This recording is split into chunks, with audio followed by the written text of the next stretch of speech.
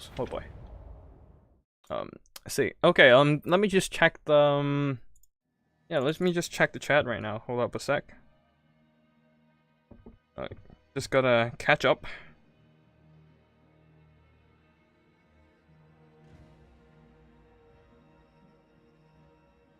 But yeah, okay, so okay. I don't think there's anything new with the chat just yet, which is fine. Yeah, I don't know why they put those buttons on the ranked screen if they weren't gonna be used to toggle. Yeah, that makes no sense as a design concept at all. They're just there, man. Like you can even put your mouse over them and highlight them. They just aren't an option. I suppose like somebody are saying that this patch is kind of rushed as a project, so a lot of like changes are kind of made really weird. So I guess they just don't have time to implement a separate queue. And so they just kind of mash everything together, and hopefully at some point in the future they will separate the queues. I mean, that's what I hope. Unless they still try to push for domination and just let it keep the status quo that way. But I don't know. Let's see. But whew. RNSR. And that, ladies and gentlemen, is why I simp for RNSR Salt Spike. And that net is so good. When used with in the right circumstances. But yeah, so I guess we'll go for a next game and see what happens. Let's see, Rio, what would your next faction gonna be?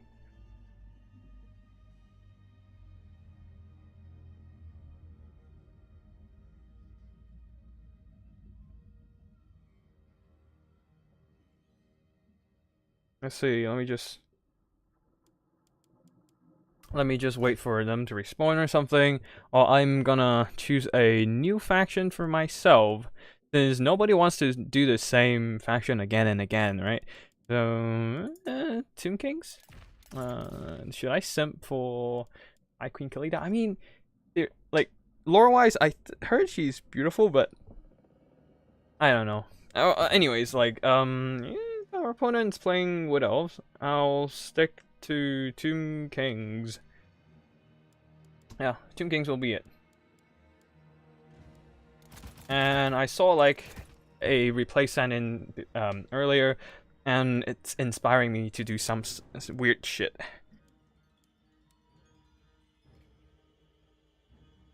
Anyways, we'll be picking some stuff first, and then we can think about what's next.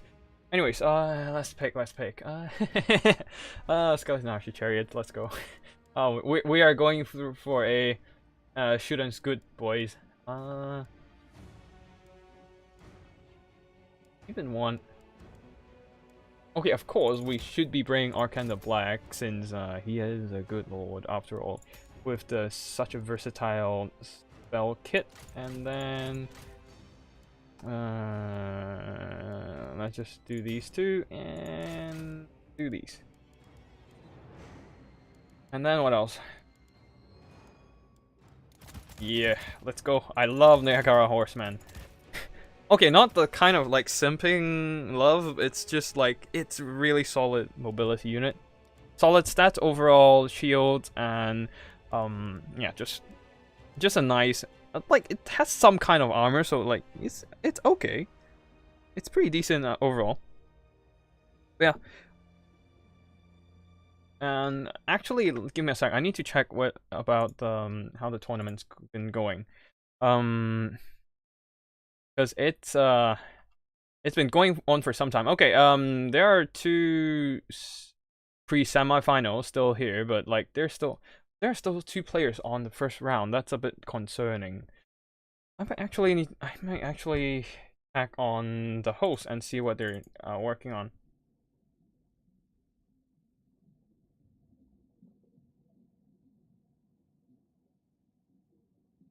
Can you check?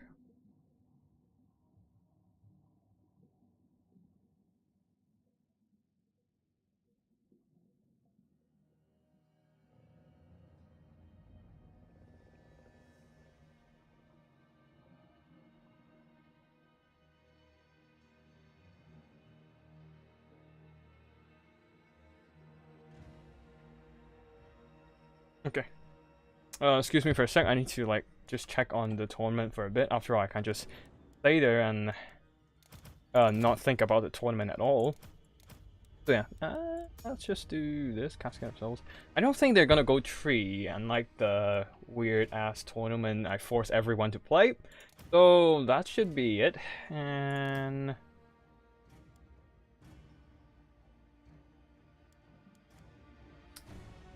oh damn, they're still playing in game 3. I feel like they probably spent too much time on army picking. But yeah, if that's the case, I think we're only gonna cast 1 game of semifinals, and then we're going straight to the final of a best of 5. Anyways, that's gonna be the plan for now. Right now, let's just go back into the game and suffer. What should we do? That? I mean, it's gonna get wiped as soon as the Dryads come into contact. I don't know. I mean, we still need some kind of infantry at the back to guard. Oh well, let's just get a tomb guard in case they want to swarm us with cavalry. Wait, oh yeah, we can do that. We can totally do that. Alright, cursed battle number 2. Let's go. This is gonna be my build. Wait, can I? I mean, I should. I don't know whether I should, but I feel like I can. And just because I can, you know what? Let's get a Tomb Prince so I can have some kind of bodyguard. Oops, that went over cost. Let's just turn this. Oh, we need this. Turn this off. Turn this. Arcane of Black. We need to take out something from you. We're not gonna go melee anyways, don't worry about it. Don't worry about melee stats, let's go. It's too expensive, no, yeah, it's fine. We're gonna get fucked, but you know, it's fine. It's all good. Okay.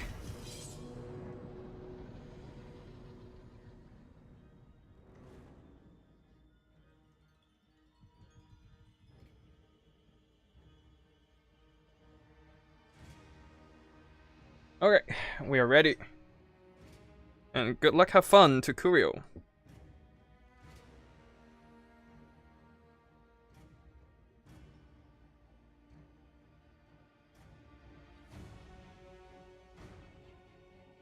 Matthew, I'm back. I'm not late, am I? Yeah, you're not late. We're still going on with the preparation games, kind of like warm up, you know? And like the games are taking a bit longer than expected, so you know, like some kind of delays, it happens all the time. So anyways, we have some pretty fun games to showcase anyways with a stupid build of artillery and mobility. I mean, all I have for infantry is a single damn tomb guard, so oh boy.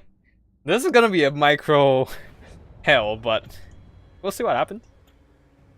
Let's just get these two together. They are gonna have to stick together to move around. And then, oh boy, I'm staying away from that side of the battlefield. Like, it's all trees. Like they're just gonna walk over from all the way from there and like kill me. So no, I'm not staying there. I mean, I probably should just send some scouting cav. Not that I'm gonna engage or whatnot, but it's nice to just have them over there. And of course, skeleton archers, skeleton chariots at the back. Oh boy, this is gonna be hell of a micro. Why did I do this to myself? 5 mobility groups, this is hell. Oh, Matthew, me too. I miss the days of able to goddamn type in the chat box instead of doing whatever this is. So, yeah.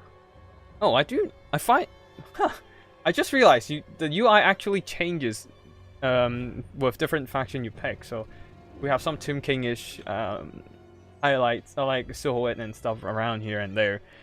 Huh, I never noticed that. Oh, that's pretty neat. And that is why Game 2 is still better than Game 3, everyone. The UI looks better. instead of just red. I mean, they did say that they're gonna implement some way to let us change the colors of the UI, but God knows when.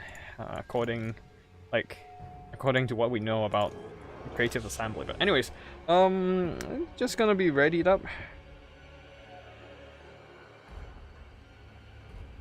Alright, let's see when our opponent courier will be ready.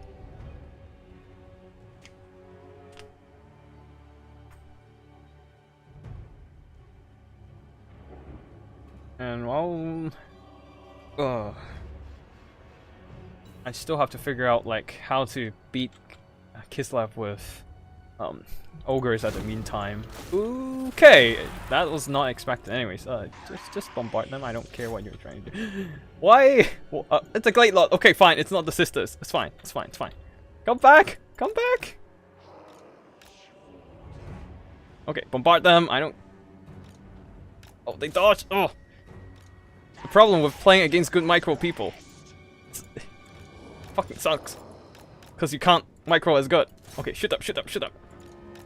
Keep shooting up, I don't care. Come on! Dodge that shit. Oh no, the trees! Okay, it hit something. At least it hit, so that's fine. Okay. Please turn this on, come on.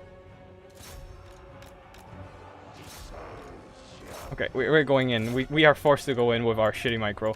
Let's go.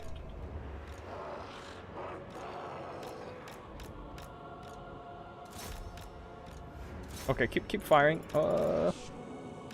We'll just back up a bit right now with our firepower. Don't worry about too much.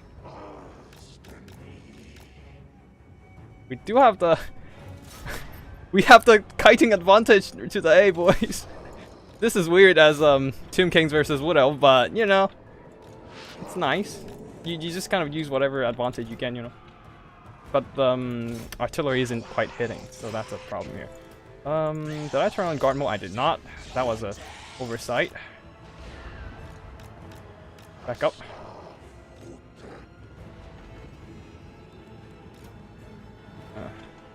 Oof. The triple dragon squad is gonna be hell to deal with. And can you just turn on skirmish mode for now and just back the hell up? Thank God there's nothing like flanking me right now. Alright, anyways, let's go.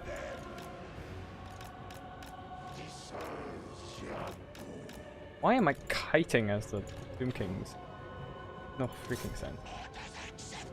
Can you just shoot? Come on. Not that hard. Arkan, come back! Okay, I'm just gonna need to regroup my forces a bit. Like hell, this isn't working. As they should. Anyways, firing.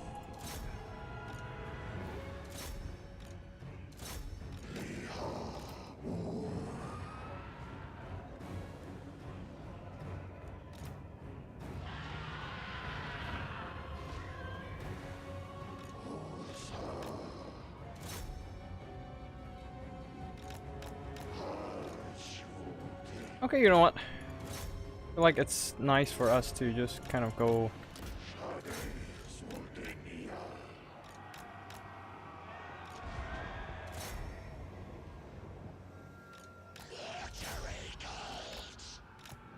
We still have some chariots in reserve here, so let's just put them out. Let's regroup a bit. And charge in, charge in, charge in.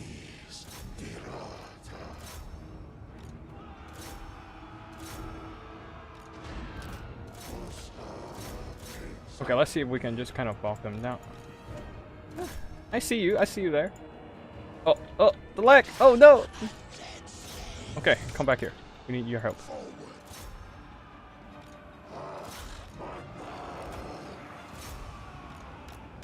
Okay, let's see if we can do this. Yep, charge in, let's go. Come back, this way.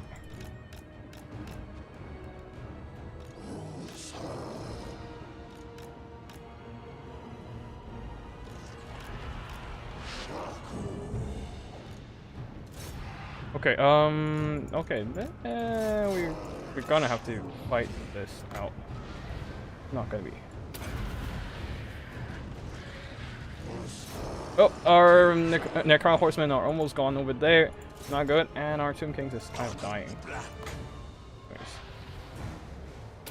We need that liver mortis right here, right now. Fuck it, let's go. The thing is, we're almost wiping out those guys over there. And our Tomb Kings are kind of holding.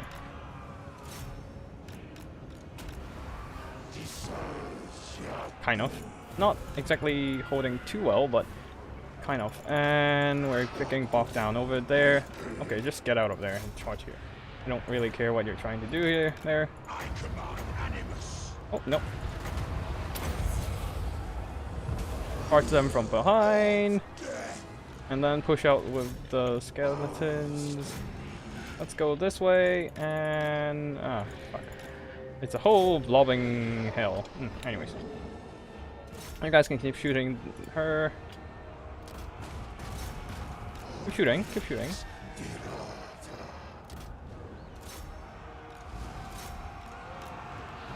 Get those recharged and yeah. Keep shooting. I don't care what you're trying to do here. And where is the okay, it's still firing. Okay, neat. Just shoot her. And see if you can get some shots on those dragons. Gosh, I've got hit. Not good. Wait, why did you do that? Oh! No, Kadup's gonna... No, not Kadup, but like... he's gonna die! Ah! Oh, that hurts, that hurts. Oh, and he dies. Come on! Oh, why did you... the center of the unit strikes again.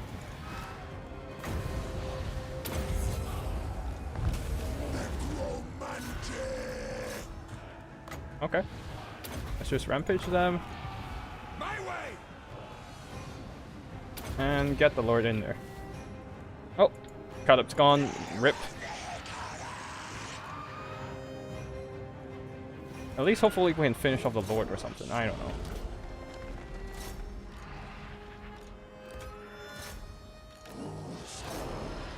Oh, there's a Warden of Sifro in there? Damn. This is gonna be rough to kill. Like, possibly impossible for us to kill. Oh boy. I mean, oh, GG to my opponent here then. Like, this build was, not well thought out enough. Holy crap. I mean, more like my... not that it's not well thought out, it's just that my micro isn't good enough. There's that. Like, I've got a lot of opportunities to, like... I got a lot of missed micro, most importantly. That's the most important problem here. And, like, some mobilities are wasted. Like, just like here, I couldn't kill the Spell Singer fast enough, and now the Great Lord's back. And they're just pinning down the rest of my forces and just kind of beating them down. Unfortunately, I couldn't do a single thing about it. Tomb Guards are still holding, though. Absolutely props to these solid units. But I don't think I can kite this one out.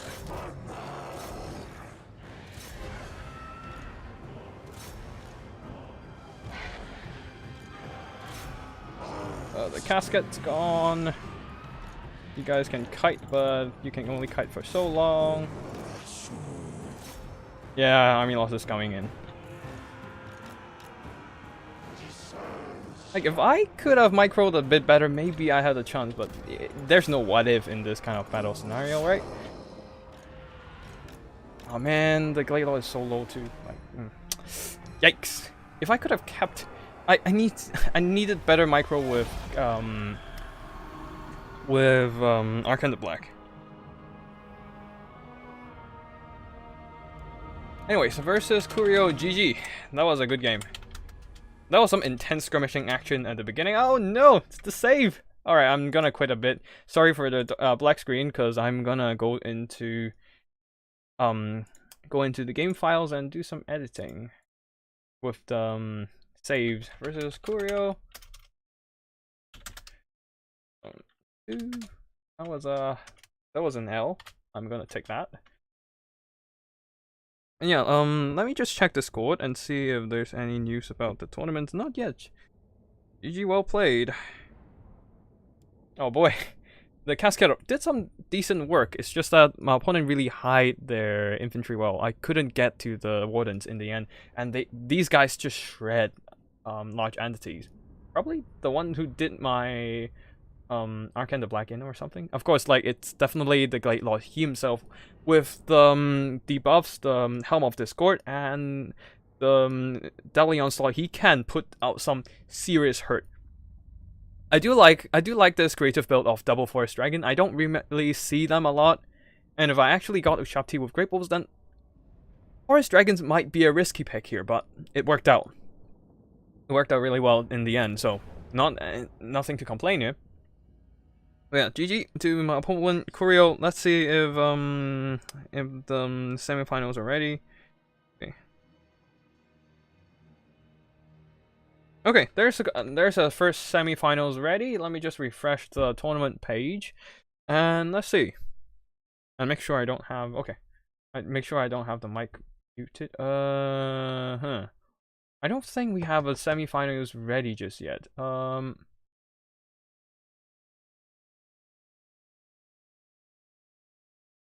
Let me just give me a sec and just talk to the host for a bit.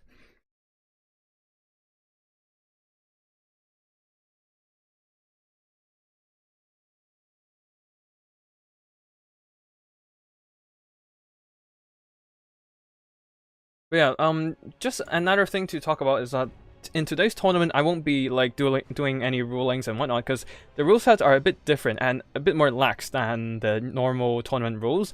And the tournament rules will be done by the host, RTK eumaies himself, and also Lotus Moon, who is also a streamer, a very experienced Total War Warhammer player, and I believe he is in Australia.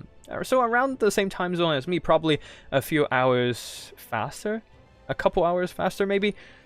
Though, so it's pretty late at night for him, but yeah, it's gonna be, like, I'm not gonna be doing any rulings, I'm just gonna be casting the content.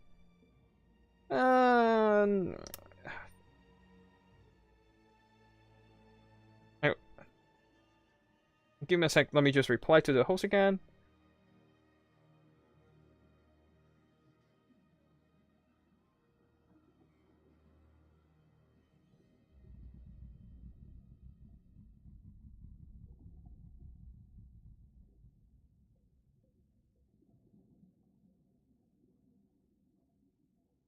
Okay, anyways, we don't have to force any forfeiture, because, like, the host was also playing in the tournament, and he offered to forfeit his game and go straight into semifinals, but it's fine. We're still playing some games. It might as well just be a best of 3 between me and Curio at this point. So yeah. So let's just go for another army. I mean, I'm just gonna let's just do dwarves. I haven't played dwarves for so long. I'm gonna take dwarves for the last game. The dreaded Dowie. And see what happens. Of course, I don't think I'm gonna... if they pick Lizardman, then I think my chances of winning is pretty dicey. I haven't won against Lizardman as Dowie for so long, so... Yikes, this is gonna be rough. If they ever pick Lizardman, that is. But I don't know, like, they're probably not watching my stream and just playing, so... Because RTA Curio here is one of the semi-finalists, just super quick in their games, just efficiently play through everything and just kind of waiting right now with the rest of the semi-finalists waiting to be decided. Actually, another semi-finalist has been decided. Oh boy, it is Dinos! Oh no, not the Dinos. How should I proceed? Okay, assuming they're just gonna go mass skinks. Orgrim Grudgebearer, an accursed build I made long ago.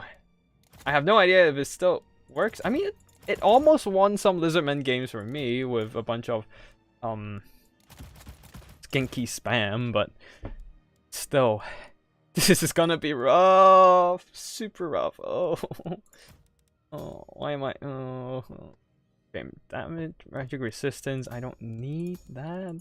Actually, I might need that with that damage. Probably not this one. Yeah, let's see if we can just add a Felix in there and just turn off everything other than the help. Yeah, you don't even need that. Just give me Helping Hand. And yeah, give Gotrek a maximum resistance of what? Gotrek's Doom, 40%, Helping Hand, another 80% damage resistance, boys. I don't even know if this is gonna work, but you know. I don't even have Rune Magic, what the fuck? It's fine. We're just gonna deal damage with Ironbreaker. With their explosions. It's fine. It's all good. Yeah. Right, I don't even have engine. Yeah, it's fine. It's fine. Oh, we're just gonna fight it out or something. I don't know. Let's go for the build of Doom.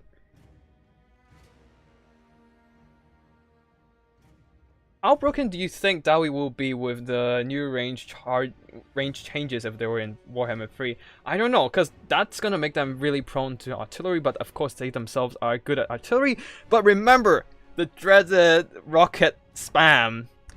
You know, 400 plus range on those Hellstorms are gonna make them Dowie means meat. So, you know.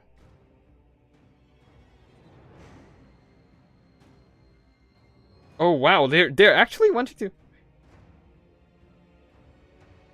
Wow, they actually want to take Wood Elves against Dowie. Damn. Okay, I'm just gonna keep my build here because it's pretty much the same idea. Just blast them with explosions and think about everything later. Anyways, they're gonna take. Oh boy, how is this gonna play out? They're just gonna shoot me to death with a bunch of arrows, I suppose. Yeah, that sounds like it. That sounds pretty damn like it. But yeah, so I don't know, like, they might be good, but there are still some caveats here, like, for example, Empire, Hellstorm spams, and then, of course, there are a bunch of area of effect spells that can blast through their, like, overlapping units. I just posted a video about, the Maul blasting away a bunch of, it's not really blasting away, more like Om Nom Nom. A bunch of stacked up Cathay missile infantry. So like it is not like it's not like they are completely uncounterable, but it's gonna be rough, but it's still like it's still not an impossible situation to deal with, you know? But yeah, let's see. Yeah, it's fine. Like, if they're gonna go mass missile, then I'm just gonna get fucked. It's fine. I just want to bring out Foregroom once in a while and do my mass Ironbreaker spam. Dowie has spell resistance, yes, but they still takes damage regardless. And stuff like Purple Son of Cerus, they do nice damage against armored units. And if you just keep spamming spells on them, eventually they will just kind of die out. And honestly, they're ranged units, so their leadership isn't the best.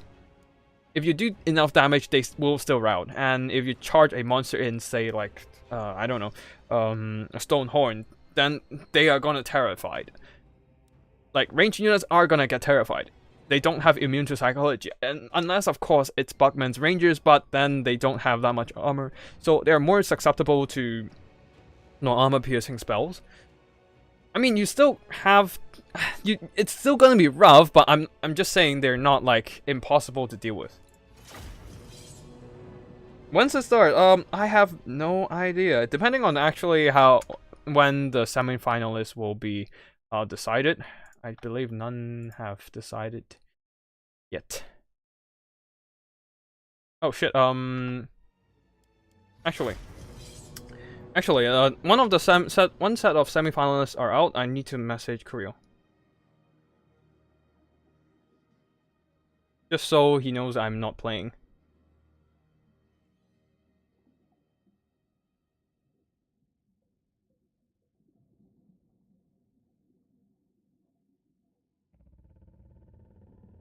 I think I'm gonna quit this game.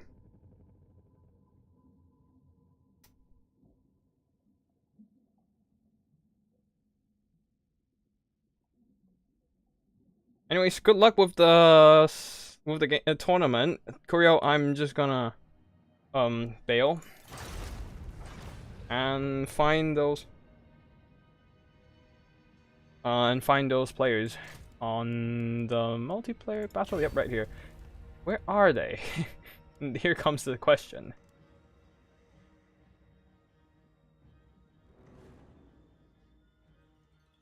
The route? Okay, I'm just gonna I say Berserk, one of the semi-finalists, and Suave. Okay, cool. Have you guys got a lobby yet?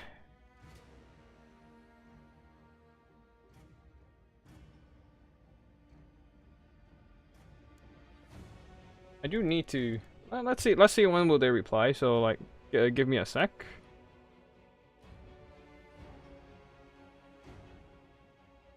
And see, I mean, it's Soarv and Berserk playing the semi-finals.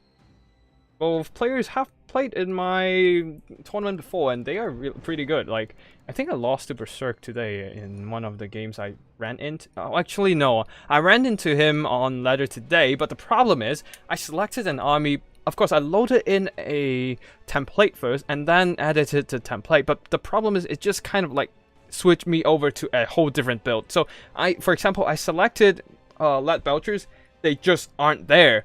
And in the end, I have to just quickly drop out of the game, because you're not going to win in an ogre civil war with goddamn ogres with dual weapons. So that makes absolutely no sense. And he brought a bunch of man-eaters as well. I just have no chance winning the game with that unoptimal build. So in the end, I have to kind of just wait, just kind of quit the game and change up and hopefully queue up into another battle, which I did, but it took some time again due to the state of the ladder these days. You just kind of have to quit and join, just repeat, rinse and repeat until you get a proper game. And yeah, I just need to. What's the lobby details for the game? That is gonna be a question that I need pretty soon.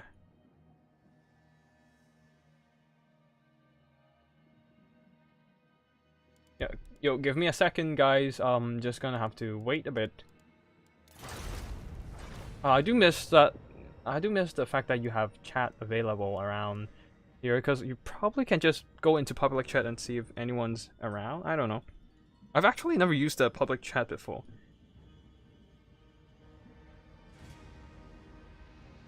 Oh, hey, you would like to buy Warhammer 2? I think that it is definitely a good choice if you like multiplayer, because just get into some Discord and there will be people. Excuse me. Just get into the Discord and there will be people playing. You can just find opponents over there and it's all good. And also the optimization of the game is better. The units are more balanced. The rosters are more complete. It's just better in every way right now. And more importantly, it doesn't have domination mode. At least it doesn't have domination mode shoved in your face, except this very, very ugly piece of advertisement here just covering out a whole corner of this beautiful wallpaper I have. I don't know why they just leave it here. Or at least give me an option to turn it off. I want to appreciate this animated wallpaper, but alas, nope, it doesn't work. Anyway, Matthew Coffin, what tournament is this? And this is called Master of Warhammer, which is a tournament hosted by RTK eumaies. It is basically a tournament played across 2 different Warhammers. And first of all, in the semi-finals, we will have 2 games, 2 matches. Both of them are best of 3s. And also, oh damn, I don't think they're replying to me. Do they even have a lobby right now?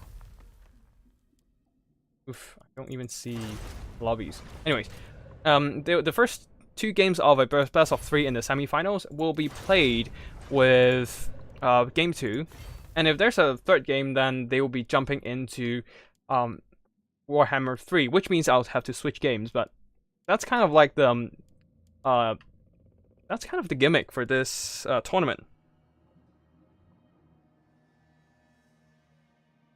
But yeah, I don't think... Oh boy. I don't think they're reading my messages. Come on, guys. Come on.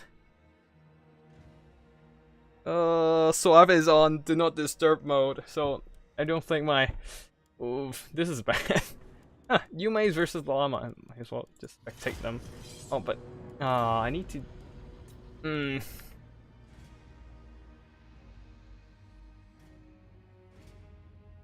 Yeah, well, I guess they're not pingable right now. We should have done that game with Kurio. God damn it. I mean, eumaies and llama are still playing, and I guess we can just go in and check their game right now. Spectate. Yeah, we can just spectate their game right now while we wait for the semi-finalists to send me a reply.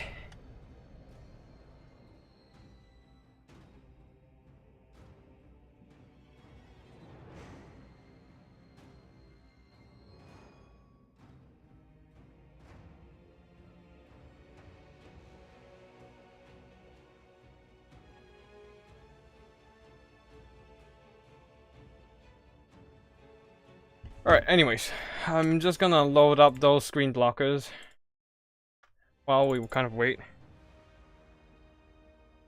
Anyways, it seems that eumaies is picking Chaos, and Llama from Son of the Mountains clan, well, as the name suggests, a Dali-focused clan, is going for Skaven. Truly a grudge going into the book right now. Okay, never mind, I'm going out.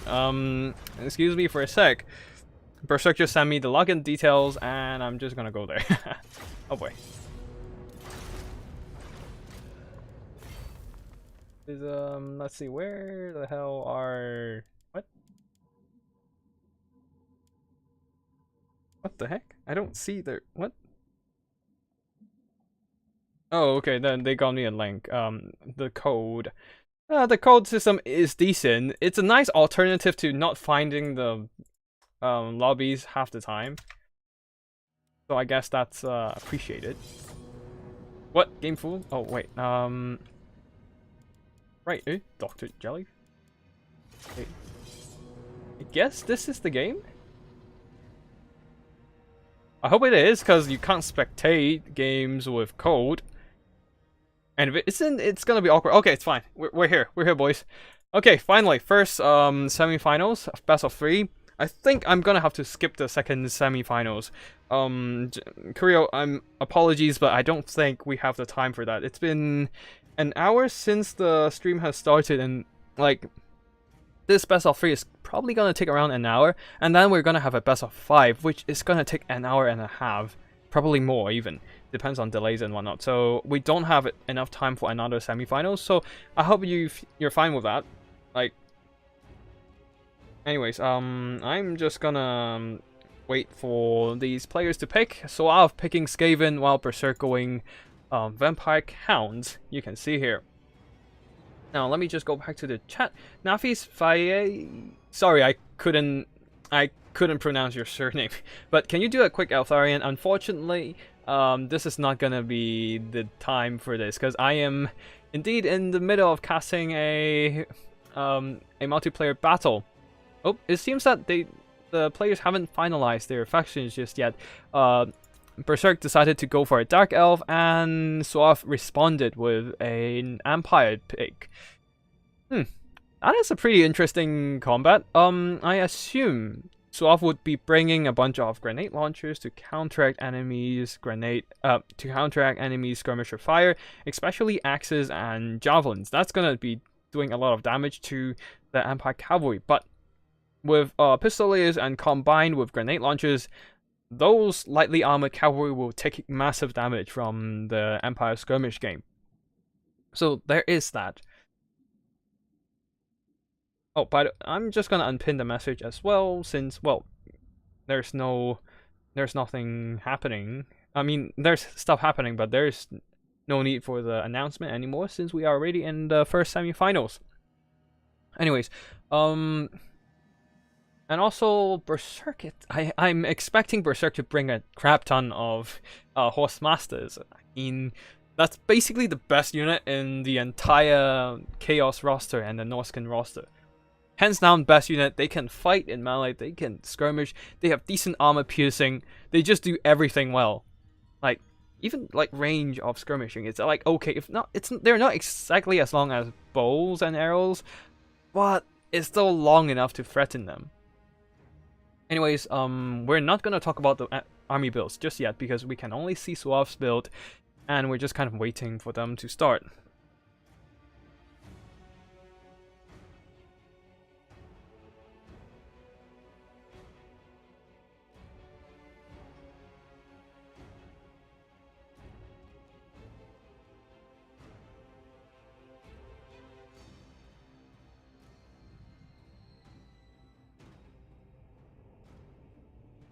Excuse me for being a bit quiet here, because I'm just telling those semi-finalists to just go ahead with their games without waiting for me. I'm just gonna keep up, hopefully. Yeah. There's not much really to talk about right now since we're still on the screen blocker, and I'm just gonna turn it off, and we're back. Okay, cool. We are here. And just let me set up another additional phone screen so I can check community chat and whatnot. Like, I have to kind of jump around different devices right now, using my old phone for the YouTube screen. Oh boy, it's gonna be pretty weird. Like, and then like my phone has the Discord right now, and then of course my not my laptop, my PC is gonna stream Total War Warhammer. So, let's see with the army build here. We can see that with Berserk, I think it's Berserk, right? Suave is playing Empire and we're on their side. Suave is bringing a bunch of frontline for spears, halberds, flagellants, and more spears. Pretty solid frontline with some anti-lot to deal with monsters, a bunch of Knights of Blazing Sun for the fire damage against skin wolves, and yeah, just some Empire Knights for additional mass. I do like the Unbreakable frontline to deal with the Marauders, and let's see with the Norscan build, a whole bunch of skirmish firepower, Marauder horsemen, and just horsemen overall. That's probably enough, honestly. The Javelins do have pretty strong missile strength, compensating their lack of range. Now, Beasts of Tashnar and Norscan Warhound, some really nice anti-skirmishing mobility, just pressure enemy skirmishers, and a front line of Marauders and Berserkers. Two really crazy units, honestly. Berserkers, they're basically jacked up on mushrooms and stuff, ready to slaughter enemies, and then Flagellants, they're high on faith. And on the flanks, Ice Wolves combined with Skin Wolves, able to chase down enemy cavalry and whatnot, and then double Manticores in the skies with a familiar Bale Fiend of Shadows, probably going for that. Oh boy, this is gonna be messy. Let's go. Oh. Yeah, I think they have started the game. Yep, they have started the game. Oh, this is crazy shit. Let's go. Oh, these Pistoliers got isolated now, being separated between themselves and the poor Empire. But actually, they're sacrificing themselves, munching, like pinning down these Marauder horsemen, buying time for the Empire Knights to charge in, slamming into the backs of these horsemen, doing some devastating charge damage. But of course, Norscan Warhounds charging in, surrounding the Empire Knights. It's just sandwich on sandwich action right now. Of course, the Marauder horses are going to go down. Beasts of Tashnar using their Antelage to bite down the Empire Knights. But then the Knights of Blazing Sun are pumping in their lances. Oh, and these Warhounds are going down. Ooh, really nice catch with the Pits of Shades here, doing some okay damage actually. Yeah, the large entity models and lack of entity models in general doesn't really help the damage of the Pits of Shades against cavalry. And then there goes the first Feral Manticore, a massive loss for the Marauders and the Norscan player, honestly. And the other Manticore is being showered by Pistoliers. Calfran's still fighting and really fighting really well, pinning down their leadership of the Norscan Wolfrig the Wanderer, forcing the Familiar Bale Fiend and the Feral Manticore dive down to save them. And then there's a little boat, probably damaging something, I didn't really catch what.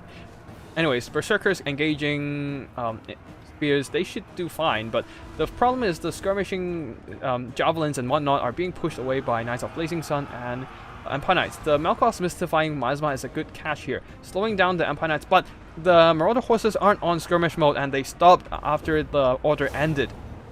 And now being caught by Empire Knights, they will be pushed off, while the Marauder horses at the back are trying desperately to secure the back line from all these Knights of Blazing Sun, but the front line has collapsed. Berserker still holds on, doing really well in the combat, but the problem is the Unbreakable and Frenzied Flagellants here, punching through all these Marauders. On the other side, Marauders, they are taking damage, some really solid damage from the Flagellants. And now at the back line, things are really messy right now, just a bunch of units mixed in together. Karl Franz, buffed up by the Shield of Thorns, absorbing the damage from surrounding units with additional physical resistance, and then supported by Empire Knights, they are beating down this poor Familiar Bale Fiend. Of course, Skinwolves are around using the anti-large to beat down Karl Franz, combined with some javelins, but the problem is they're not going to hold on for too long with their leadership here, being surrounded by Knights of Blazing Sun, rear charged by Flagellant, using Stand Your Ground to buff their leadership, and then the terror from Karl Franz Death Claw just basically scared everything away. Berserk has lost this first battle as most of the damaging units are basically routed, including Wolfric and Familiar Bale Fiend, Skinwolves. The terror is just too much for the Norskins to come back from. And without the healing, these Feral Manticores taking massive damage from the beginning of the battle will not be able to have the chance to pull back. Anyways, that's gonna be it for the first battle. You can see that these cavalry all did some solid damage, and of course Karl Franz himself as well, dive bombing into all these Norscan units. Anyways, that's gonna be it for the first battle. Wait, is it the end? Oh damn, that's the end of the first... Oh, wait, okay, that's the last game of the first best of 3, I suppose. I guess. Oh, that was a second battle. Okay, we're quitting the game. So excuse me for the black screen. Just gonna start up Warhammer 3 now. That was the second battle, so I assume Berserk won the first game, and now we're going into the third game of Warhammer 3, and hopefully the game doesn't crash on me or having any technical difficulties, because Warhammer 3 is still kind of poorly optimized. There are still bugs here and there just popping out. I mean, the game is kind of playable, but there are issues. Let me be frank here. Okay.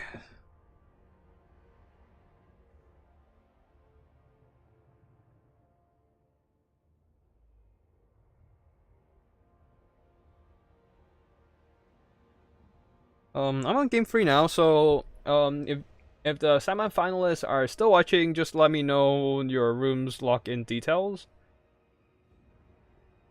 If you're not done, I'm just gonna send you a Discord message or something.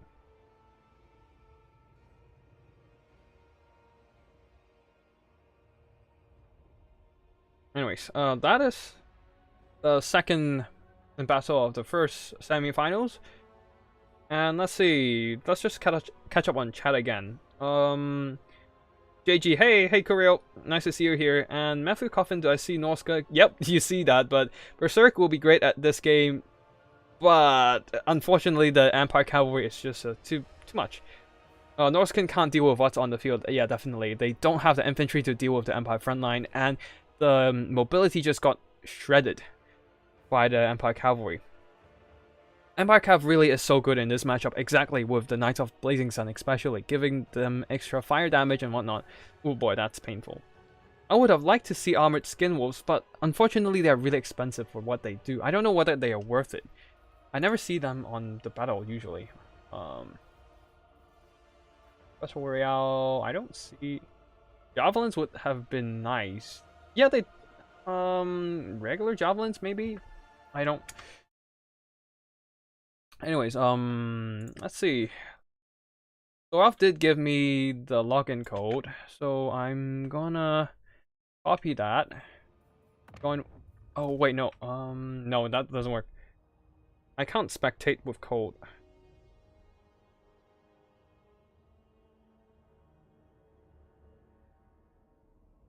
You got a lobby name, Soraf?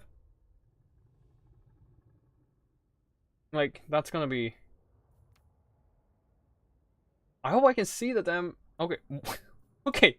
1. Okay. That's sweet and short and simple, I suppose.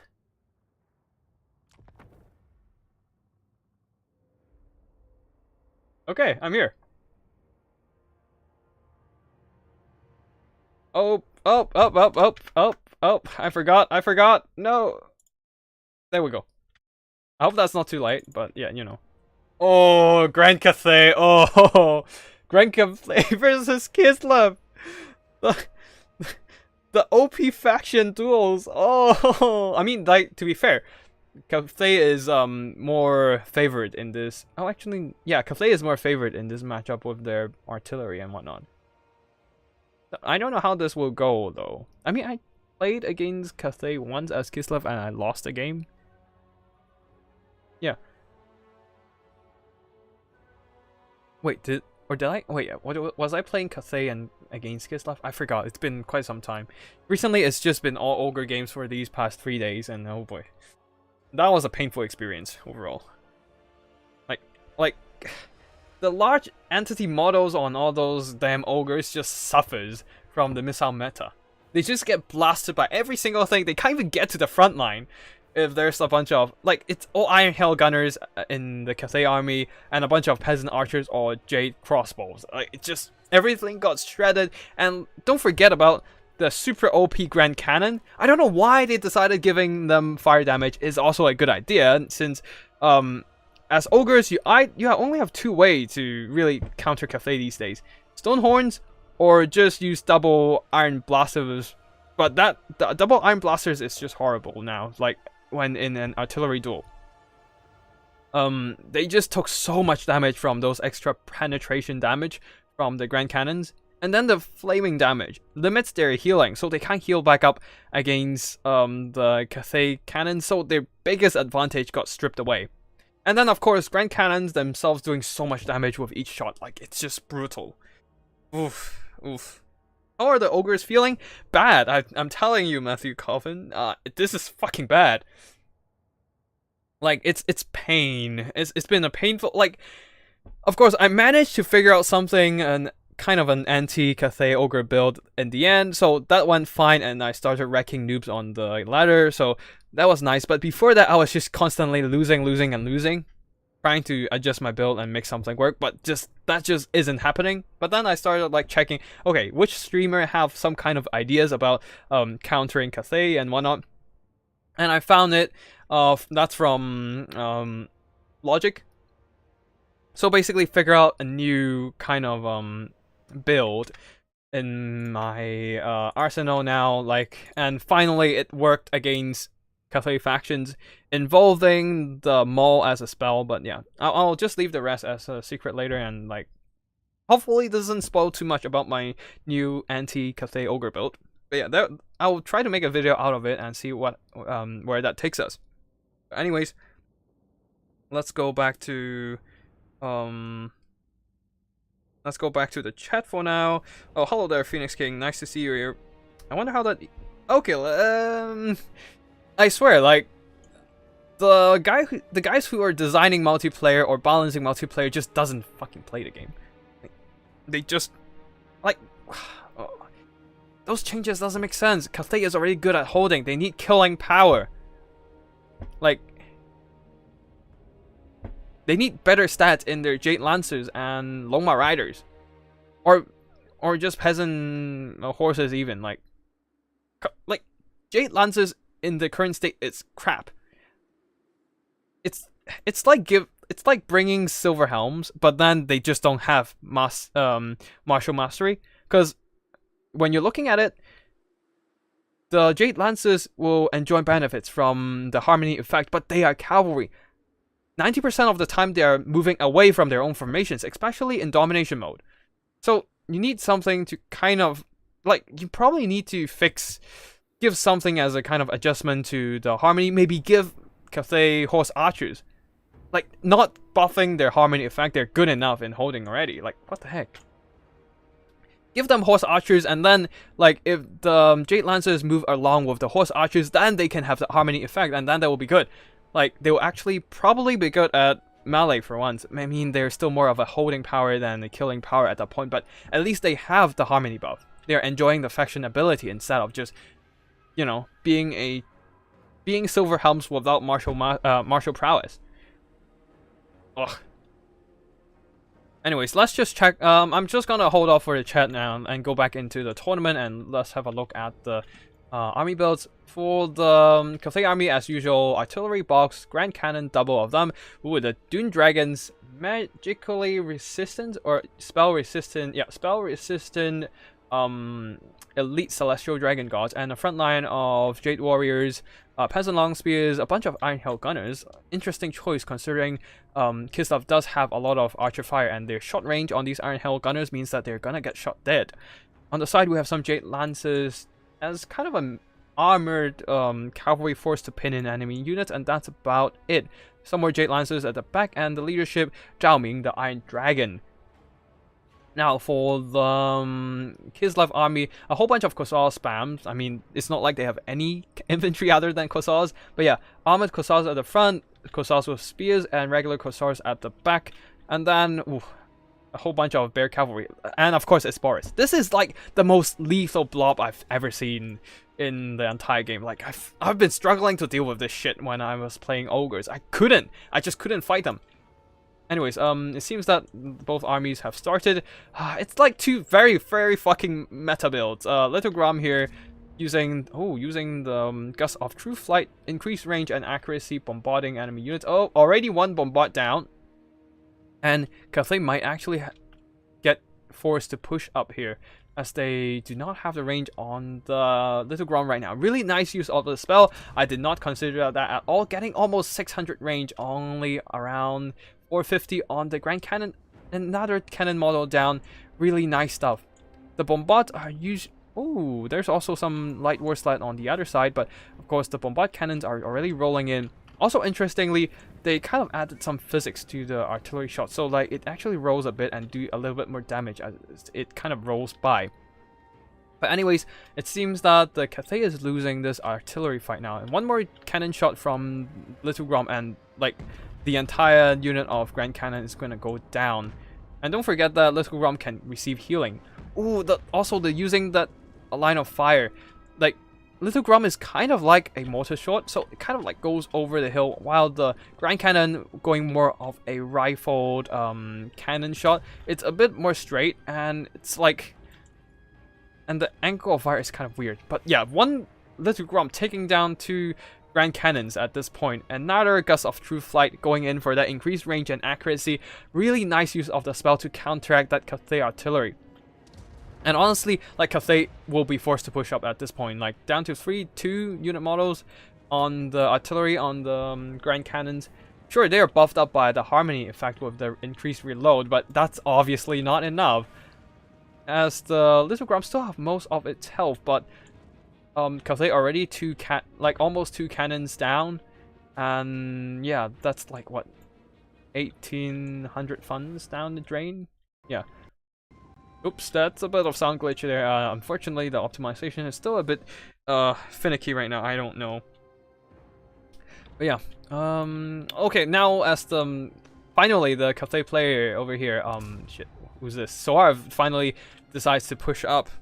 And while they're doing that, I'm just gonna check the actually nah, sorry chat, you guys have to stay there for a little longer, as there's some skirmishing action right now with the light war sleds shooting down Jade Lancers. This is why Cathay needs like light skirmishing forces. If there's like a horse archer or something just to harass these light war sleds, it might just go a bit better for the Jade Lancers and just use the horse archers to absorb those firepower. But no, we're just gonna keep buffing.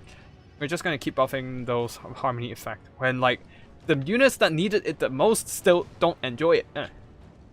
Brilliant, just brilliant. Anyways, there's a bunch of Kossars shooting in the Jade Lancers. Yeah, they're not gonna do anything. Oh boy. Both bombard cannons are completely done for, all the dead cows on the field.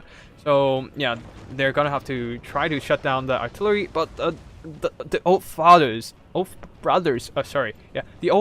pushing forward supported by Boris Ursus, they have no chance in stopping this. Like, unless they can get the Iron Hail Gunners to shoot into them and use enough Jade Lancers as a sacrifice to buy time, but that's going to be really rough. Well, there on the other side, Jade Warriors push in, Iron Hail Gunners start shooting, but then the Light War Sleds are holding back right now, just blasting away at the Iron Hail Gunners with a combination of Corsairs, fire, and whatnot. Ooh, this is rough for Kislev. I mean, this is rough for Cathay. I don't think... Like, honestly, at this point, I don't think they have a chance to win, but we shall see what happens. Iron Hail Gunners, one of them gone, the other one suffering from the torrent of Corsairs, Spears, Arrow Fire as well. The Iron Dragon coming in, they probably should start to cast a Final Transmutation soon and pull back those Iron Hail Gunners. Ooh, a spell coming in, trying to pin them in place. What is that? I'm not quite sure. Oh, the Hulk spell. I totally forgot about the name. Doesn't do a lot of damage, but it does traps units in there. Cause a lot of disruption. And then there comes the bombardment from the Oath Brothers, doing some nice damage to the surrounding Cathay infantry. Finally, the Jade Warriors getting into the Corsairs with spears, bogging them down, and the Jade Warriors with halberds at the back charging into the front line, but it might be a bit too late here as the Iron Hail Gunners being rushed in a little bit too soon, now being forced off from engagement. Zhao Ming, entering his Dragon state, charges into the Frost Maiden of Tempest and just blitzing it, trying to snipe her out, while the back Jade Lancers have freed up, probably going after the Corsairs soon, while the Peasant Long Spears trying to drag down the Light War Sleds, and the Jade Warriors in the front are still duking it out with a bunch of armored Corsairs and Corsairs. Not exactly the greatest engagement, but yeah. In the middle here, we had a short battle between the Dune Dragons and the Oath Brothers. The Dune Dragons not taking a lot of damage. I mean, there is a bit of arrow fire coming in, but they do have the heavy armor to tank it out. A nice Dragon Breath spell doing some nice damage to the Corsairs, but that's not enough to rout them as they are the Kislevites and they will hold. While over here, Dune Dragons finally decided they took enough damage from the arrow fire and they will be charging towards the Corsairs with spears, who will be pulling out their spears and start poking at the Dune Dragons. But obviously the Dune Dragons have the better pokey stakes here, armor piercing even. While the Jade Warriors are actually doing not bad in this kind of frontline engagement, and the Jade Warriors, actually, yeah, they're just pushing straight for the Corsairs. Now, Zhao Ming being isolated a bit and guarding the Iron Hail Gunners, but unfortunately the Iron Hail Gunners are not going to hang around for too long. One single charge and they will be gone soon, and Zhao Ming just noped the hell out of there because he doesn't want to tangle upon these anti-large armor piercing units. Another spell of disruption, the Hulk Assault, whatever, I did not remember the name, so they're just disrupting a bunch of Jade Warriors, and Zhao Ming will be charging in. Yeah, he should probably have dropped a Final Transmutation earlier, because now he is tied down by a whole lot of shit right now. Anti-large armor piercing all of them, maybe not the Patriarch, but it's gonna put a huge dent in his health if he's stuck around for too long. Now the Black Peasant Long Spears tying down Corsairs, they will lose this battle against Kislevite people. Jade Lancers pulling out and probably seek another engagement right now. Dune Dragon is doing some really nice job blending through the Corsairs, but that is not where they're needed right now. Zhao Ming is being tied down by a lot of anti-large armor piercing and surrounded by all these units. He needs to figure something out and start working down these Oath Brothers, who are being constantly healed up by the Patriarch engaging in melee combat.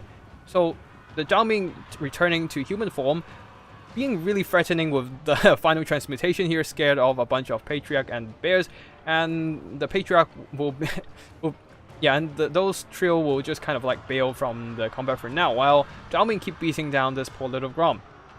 Now Dune Dragons at the back grinding down the Light War Sleds, pretty decent job here, taking out the armor-piercing anti-infantry before it's too late, and then so they can focus down the Bears in the endgame. Oh, another spell coming in. Oh, can sort of dodge this. Oh, nice command right there, catching a few units, but most of the unit is kind of like dodged away from the shot, and instead, oh right, it doesn't affect the friendly troops. I forgot about that part. Anyways, the rest of the battlefield is pretty messy now. Kislev does have the mobility advantage here, using the mobility, the cavalry to run down all the straggler units of Cathay, but Cathay still have a chance to come back. All they need is just that one Final Transmutation to take down the Bears, and then probably focus down, grind down Boris Ursin with that, with that Dune Dragon. anti-armor piercing. Oh, nice final transmutation. It's not upgraded, but it's doing some good damage to the Oath Brothers right now, who do not have spell resistance. Of course, that's not over. Unfortunately, yeah, that's not overcast, so it's not gonna do too much damage. And the Oath Brothers are living right now. That was unfortunate because that's the best chance they have to take down the Oath Brothers. And now they're probably gonna get heals from the Patriarch once the guy enters melee. Zhao Ming now being tied down in melee combat, unable to change back to dragon form. This is bad. They need the Dune Dragons to come in and support it fast. Yep, a good good micro there, charging in those Dune Dragons to pin down Boris and the Patriarch, allowing Zhao Ming to just kind of retreat and go back to disguise again. Well, over here, these Jade Lancers, the only remaining mobility for Cathay, and really MVP right now if they actually manage to run down the remaining Kislevite units who do not have their Kislevite Bio Blood effect anymore because they have routed the first time. Ooh, really clutch catch from Boris here, catching Zhao Ming, pinning him down, doing some nice damage before he returned to the dragon mode. But oh boy, look at the balance of power. It's actually in favor of Cathay right now. I said Cathay might lose this, but I have decided way too soon here, as the remaining bears are holding barely with their Bio Blood effect, but also being chipped away in health by a bunch of Jade Lances. Now Boris is still a formidable combatant, don't get me wrong, but Zhao Ming in dragon form can still probably take him down if given the right cycle charges, which he obviously would do here with all these surrounding multi-entity models kind of pinning down the double bear units, especially with the Oath Brothers gone now, while the Dune Dragons are still relatively healthy. And if you look at the battlefield, it's really just these two against the world right now, with Boris and the Patriarch fighting together, just charging into wherever they can. Boris, of course, with that really decent melee combat stats, will be doing some nice damage, but against these anti-large armor-piercing troops, he will not be taking any cost-efficient engagement, especially with the Dune Dragons coming in. Of course, the Patriarch will still be healing, but bears, yes, Beemaster, bears are barely holding on. Let's see how this will duke it out. Let's see how this will end up, as the Oath Brothers probably charging into the combat one last time, dropping in one clutch bombardment spell. If the rest of the units rushed in and got hit, it's gonna be really nice for Kislev, but Alas, Suave noticing that charge, will be backing off on, yeah, and there's only one Oath Brothers left for Berserk's Kislev army. And so, like, the bears will still be fighting it, don't get me wrong, but things are not looking good for the bears at all. Like, they still have to take down the Dune Dragons, but obviously that's not going to be favorable for Kislev at all, with the anti-large armor piercing and with Zhao Ming just cycle charging from behind. Let's see how that's going to go. I mean, this is not exactly... Oh, yeah, this is not exactly drug-hiking territory just yet, since, like, both... Like, you have the Patriarch on a horse, actually. I thought he's on a bear, never mind. Just charging around, actually doing a bit of contact here and then, here and there, just trying to charge down enemy units, and then there's a bunch of Boris, Ursus, and the one lone Oath Brother is trying to bail from combat and go after these tattered Jade Lancers who have their sights and, more importantly, their lances fixed on the Battle Brother, Oath Brother. Sorry about some 40k terms coming in, but yeah. Routing, shattering the Oath Brothers once and for all, while Zhao Ming just continuously hounding that Patriarch, who got separated from his lord, and now, yeah, not exactly the highest in terms of health. But then Boris, of course, closing in, being a great threat to Zhao Ming overall, forces these Jade Lancers to charge in, sacrificing themselves, hopefully, to pin down, distract Boris, Ursus, allowing the rest of the infantry to go in and support Zhao Ming against this endeavor. Now, with the Patriarch Terra routed pretty far from the back white line, so Zhao Ming will tries to chase him off. Yeah, as you can see here, the Terra goes off and Patriarch comes back.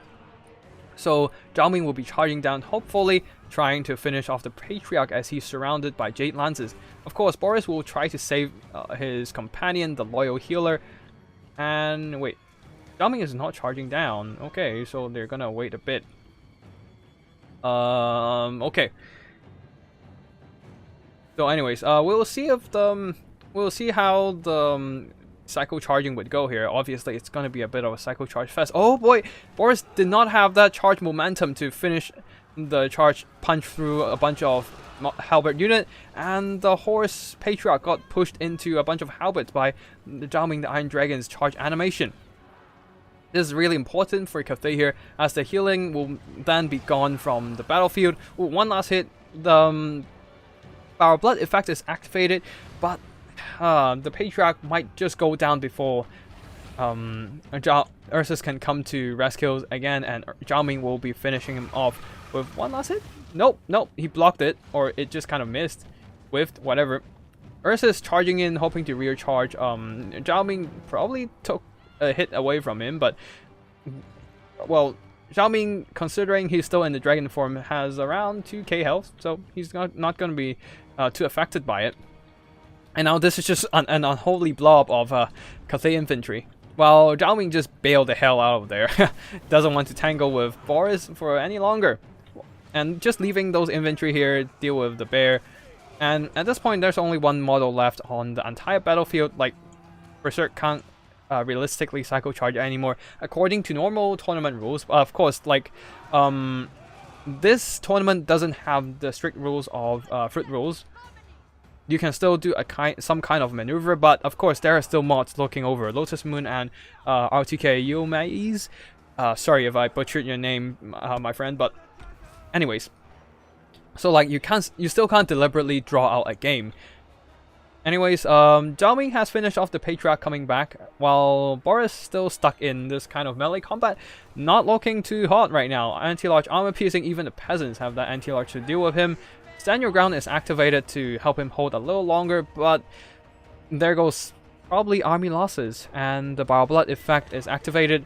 Zhao Ming just coldly stares at him from above, doing some nice twirly-whirlies in the sky, just establishing dominance, while Boris Ursus will be doing his defiant last stand around a bunch of Jade Warriors, Halberds, Anti-Large, Celestial Dragon Gods. Yeah, he's going to go down soon, so now let's just enjoy this bit of action here.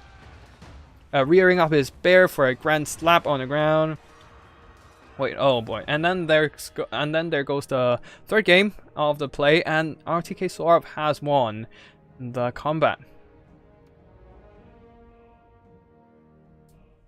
And GG to both players here, really good game. I actually thought the Kislev had this one, but the Cathay here, through the sheer tenacity of their Dune Dragons here, getting actually not enough to cover their own cost, but still enough to win the game. 4k worth of damage value on Zhao Ming. Those cycle charges are deadly, and then the final transmutation and the Fire Dragon Breath spell against the Kislevite infantry. Some pretty solid stuff. 1000 damage on these peasant long spears. These guys should just get upgraded to Jade Warriors at this point, like damn. But of course they're fighting a bunch of war sleds and possibly the bears, so expensive units, and dragging down these large units. Boris Ursus and Patriarch so did some really solid stuff, but unfortunately the Iron Hell Gunners, as expected, got shut up pretty bad by arrow fire. So yeah, you don't really want Iron Hell Gunners against Kislev, I think. That's my only my opinion though. Anyways, Jade Lancers, as usual, pretty shit in terms of the cavalry department here, mostly chasing off routing units and whatnot. But I do have to say that the Kislev did really good with their artillery game here. One single Little Grom routed off 2 Grand Cannons, as one of the viewers says earlier, I believe is, I need to find them. Oh yeah, B-Master. A Little Grom makes big difference. I think it's you. Oh no, it's Matthew. Yeah, Little Grom, but make a big difference. Anyways, that's it for the second best of 3. I'm just gonna go back to Warhammer 2 first, because whether it's the semifinals or the final, I'm still gonna have to be playing, like, spectating in finals. Like, spectating in Warhammer first. Anyways, excuse me for the black screen. I'm just gonna go back to Warhammer 2 and let the game load up right now. Let's see, I'm just gonna check the chat for now. We should yeah, just catch up on the chat and whatnot. It's sad to see the ogres become the next Norska. Matthew, yeah. Yeah, the monsters just get shot up way too easily in this missile meta, man. Like, I don't even bring ogres into matches these days. The only time I bring regular ogres is probably against Slaanesh, and that's it. Fuck. And maybe in Ogre Civil War with their man-eaters. Phoenix King, we should buff the missile units a little, maybe a cost reduction. Blobbing and no friendly fire will fix everything. Yeah, I feel like their changes to the game is really drastic these days. Yeah, it's weird. They just kind of like, I feel like they're just trying to take the liberty of see how they can break the game before they fine-tune it. Phoenix King, I wonder if domination would be better if only the team with more flag gets points. It might be, but it's gonna drag out the game though. It may be called Little Grom. Yeah, oh yeah, I've ran through this before. Wow, Cathay really scrapping out this game. Indeed, they did. Dune Dragon's really solid here as an infantry to support, and Xiaomi doing some absolute wonders in melee combat. Matthew, B Master, nice grab. I wonder if Cathay can deal with Boris. I don't know. I mean, they did deal with Boris in the end with Psycho Charges and Anti-Large Infantry. Master optimistic Boris here, but I guess if Cathay dies, they might run. Maybe, but... Well, we saw what happened in the end. They actually got this, and Zhao Ming actually the big boss here. Anyways, while we wait for the... Okay, while we go into... Okay, give me a sec here. Yumi's resigned, so Kurio and their opponent Soaf will be playing the finals.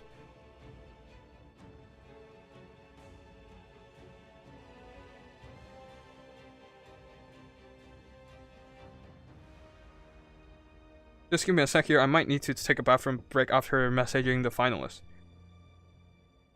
Yep, Yep, it's gonna be a best of 5 and first 2 in Warhammer 2.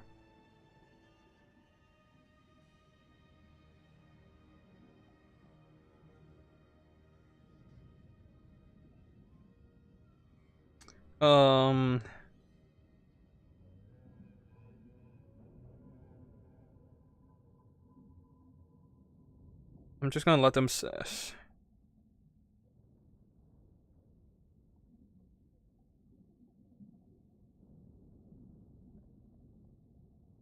I'm gonna take a bathroom break before going into the finals. It's gonna be long, and I've been streaming for 2 hours.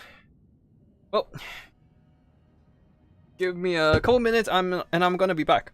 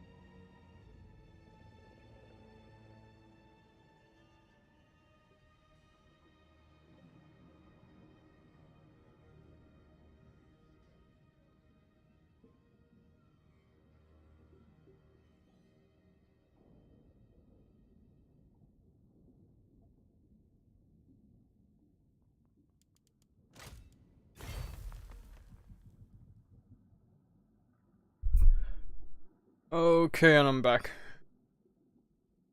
Let's see.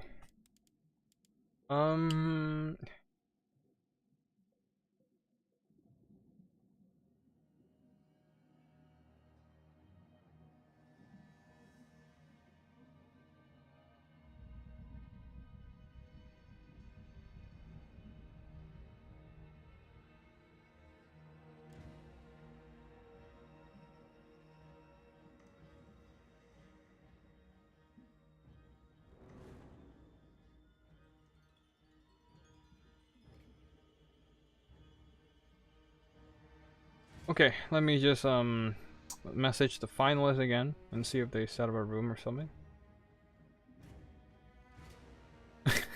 So before he went into the final game in Warhammer 3 was like, gimme build, never played it.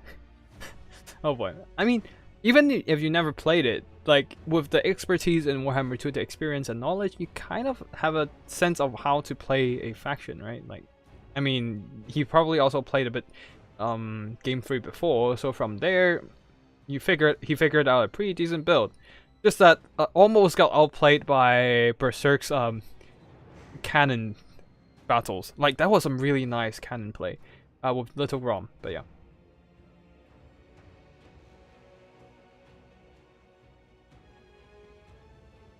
Yeah, let me just see if they are. Oh, yep, right there. Oh, no, not joining. Spectate. There we go.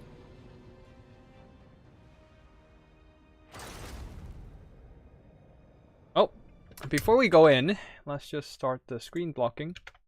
There we go. So that we don't, you know, expose their builds to each other. Anyways, cool guys, just go ahead whenever you want.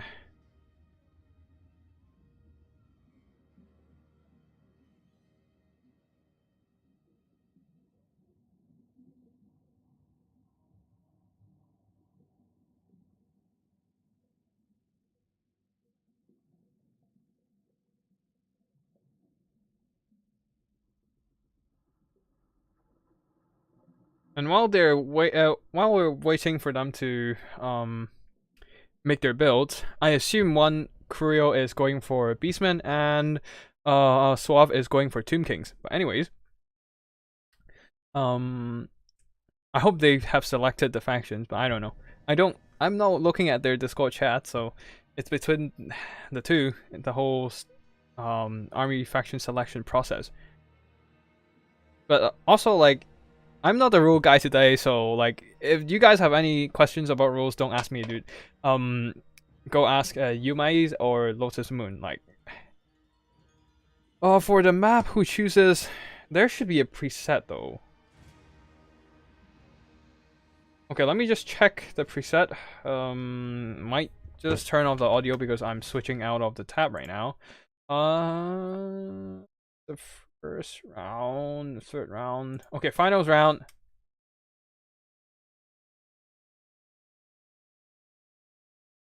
Pillar of Bone first. Oh, I'm just gonna like copy and paste the entire thing for them.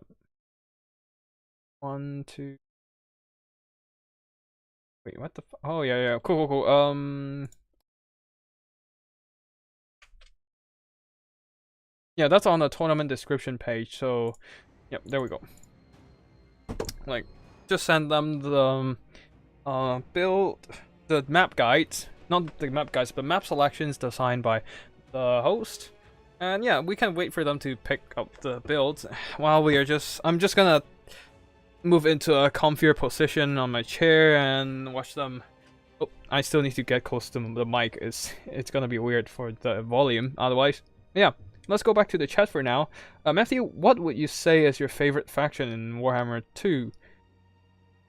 I think it's I have to choose between High Elves or Chaos, because Chaos have one of my favorite units, the Aspiring Champions. Oh, fun fact, I was reading Reddit one day and somebody screenshot. Did it? Yeah, somebody screenshot a picture about how CA would be changing up the stats of Aspiring Champions in Game 3. So really interested to see how they are gonna go, but I assume they're gonna buff their weapon strength for one, and give them a bit more stats to be more in line with their whole champion title. But yeah. So like anyways, like you at this point you guys probably would know how much I love my aspiring champion frontline, Vanguard deployed, but yeah. So and of course one of the best units in the game, not from a personal standpoint, but I think this is a fair judgment, and that is the Horse Masters. Absolutely solid unit, solid missile damage, great melee stats for a missile cav and whatnot. Just really solid overall. I don't even need any. Just give me an entire like army of Horse Masters, and that's gonna be good enough. But unfortunately, there are unit caps and whatnot, so you know. Yeah. And then, like as a faction, Chaos is in a really solid position right now.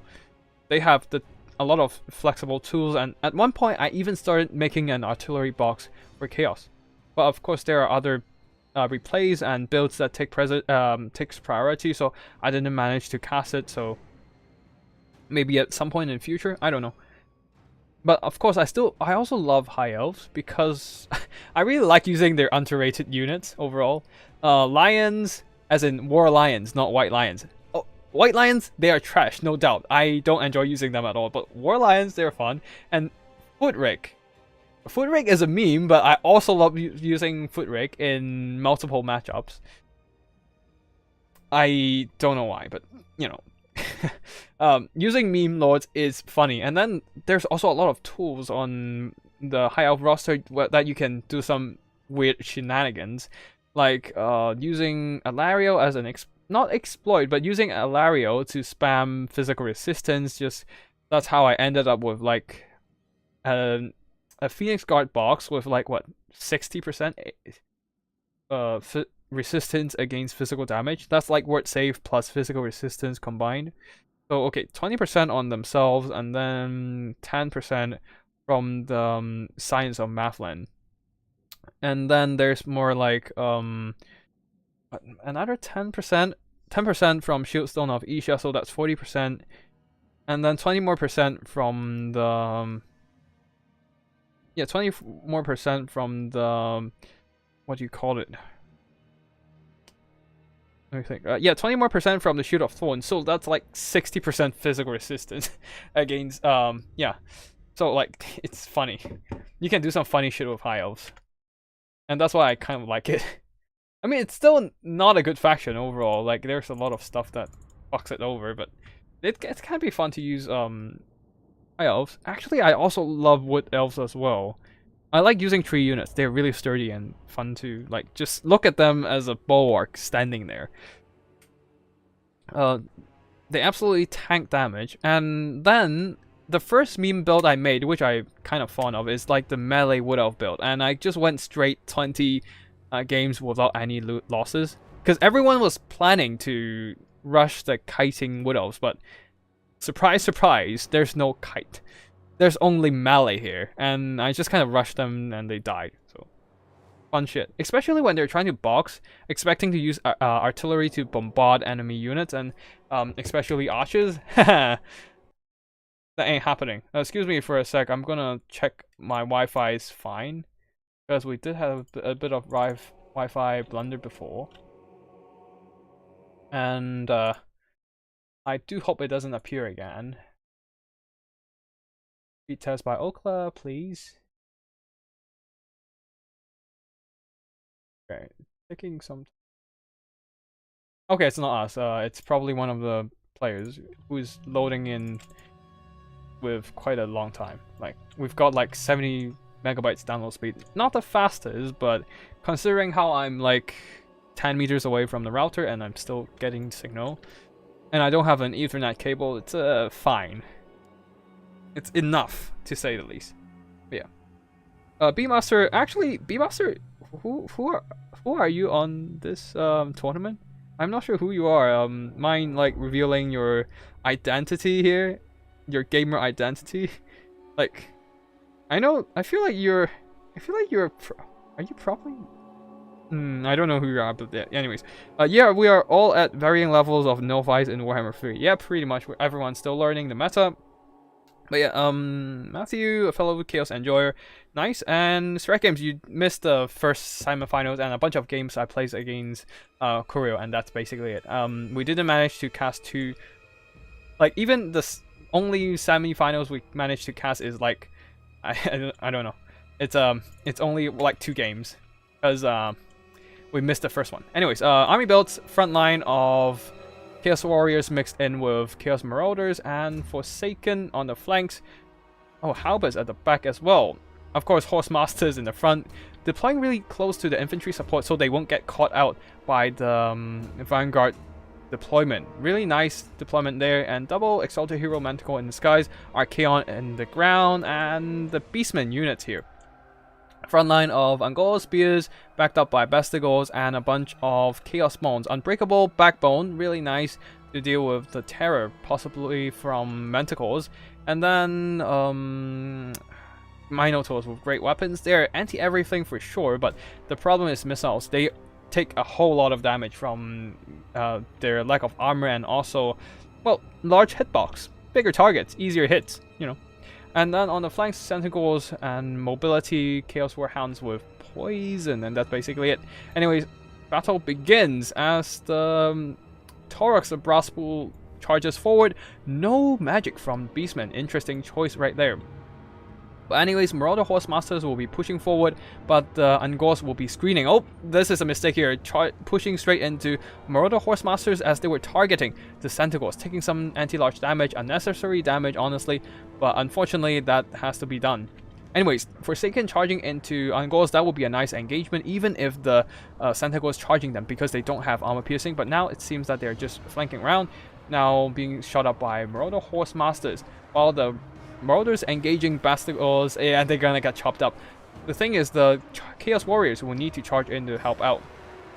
But then some of them are pinned in by Angospi. Is really nice micro there, flanking around all the way with the Chaos Warhounds and Centaurs charging down these Horse Masters, just pinning them down between a rock and a hard place here. A bunch of Warhounds and the anti-large Angospias.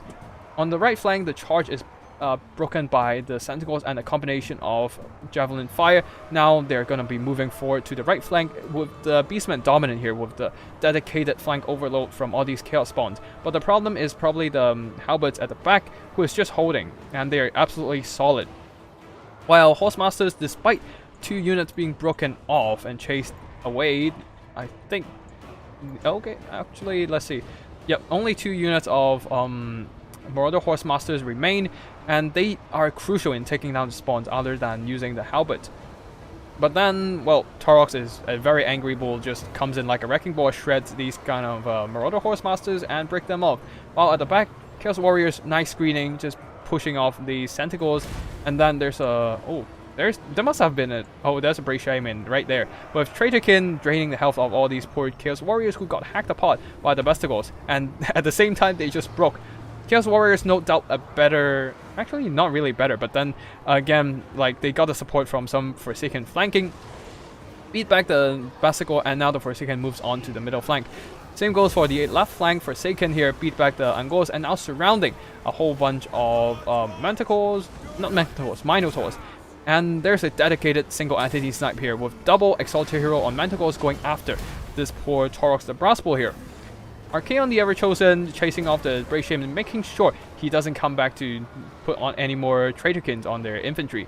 They need to use the Chaos Spawn to block him in, but unfortunately, the Exalted Hero is flying right now, and it's going to hunt down this poor Brave Shaman, and there goes the magic for the Beastman as he dies in the dust. Now, Minotaur's anti-large armor piercing, and then Taurox the Brass Bull here surrounding Archaon. Not a good engagement for him, but supported by Chaos Warriors with halberds and another charge from the Exalted Hero, squeezing out his value before he goes down. Well, that's a nice charge, I guess, but oh boy. Chaos Warriors being recharged by a bunch of Centaurs, Chaos Warhounds. They won't be holding in for long, so, and fire Burning Head just roasting a bunch of infantry here, not exactly doing too much damage against the Beastmen, and instead just speed up the route on these Chaos Warriors. At least they routed the Chaos Warhound, so I guess there's that. But unfortunately, Chaos seems to be losing steam here, as their killer units, the 2 Exalted Heroes on Manticores, are going down, while the infantry are just broken apart by a combination, a lethal combo from the Chaos Spawns and the Besticle Herds. The armor piercing really doing nicely, and with that, well, the Beastman player Suave here throws in the game. Oh, I just realized it's an RTK Civil War on this RTK hosted tournament. Really nice play with both players here. Bestigor doing some really solid damage overall. The other two not so much, but Taurox, a lethal combatant. And then a surprising pick of Minotaurs with the success in routing off some of these Marauder Cavalry. The Minotaurs were not impeded at all by the Javelin, since there's only so much skirmishing firepower, and they were trapped by a bunch of Centaurs and Warhound. Really nice job, Micro, from Suave here, catching Kurio's mobility. And now we're gonna go back to that screen blocker right now, before we screw up their unit selection. So yeah, GG to both players here, and let's see what they're gonna bring for the second game. I assume they're still picking their units right now, so let's see. And let's see, let's go back to the chat. Straight games, yeah. I do have to talk about what you missed, because I just went for a really short version and abbreviated version of it. So basically, I started playing against Kurio since the semifinals are taking longer than expected to ready up. So yeah, just playing against one of the semifinalists. And after that, the semi-finalists readied up, and I was able to just get in and start casting their second game. Unfortunately, not the first one, but still better than none of them, right? Anyways, since the whole event was taking so long, so we just kind of skipped right to the after the 2 games we casted in semi-finals, we just skipped the other semi-finals game. Yumi's right there, also coming in the name of Beemaster, decided to forfeit. Just to, for family duties, and yeah.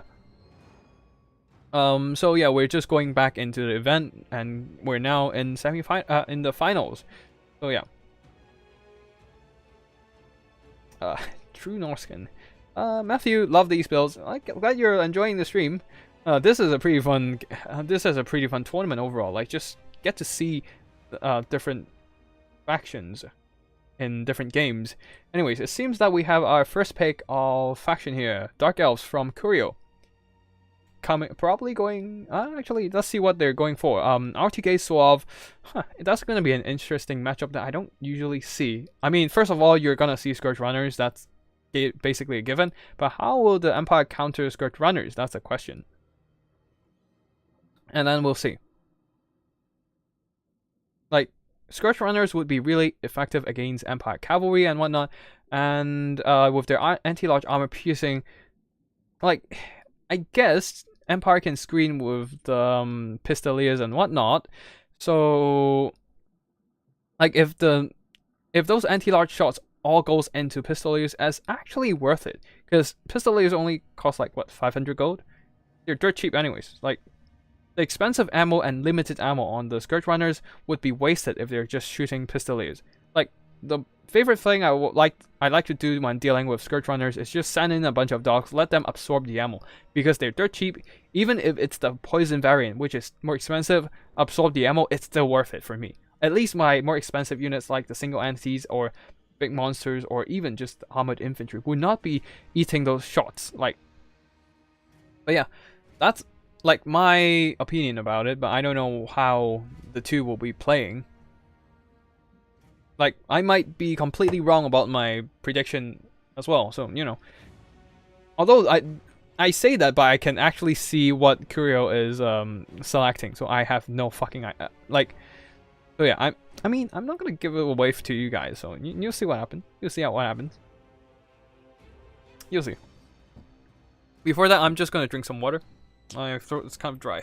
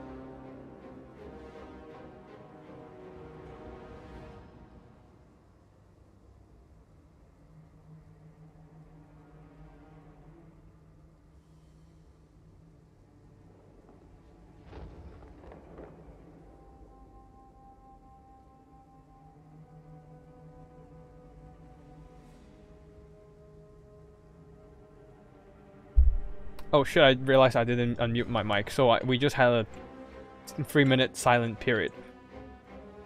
Right. Anyways. Yeah. Let's see what builds do they have. A front line of bleak swords. At the back we have a bunch of dark shards and red spears to back them up. And then a couple of Reaper bolt throwers protected by Cold Knights. Really nice color scheme there. What? Actually, okay, the regular one. It's just the lighting's being kind of weird.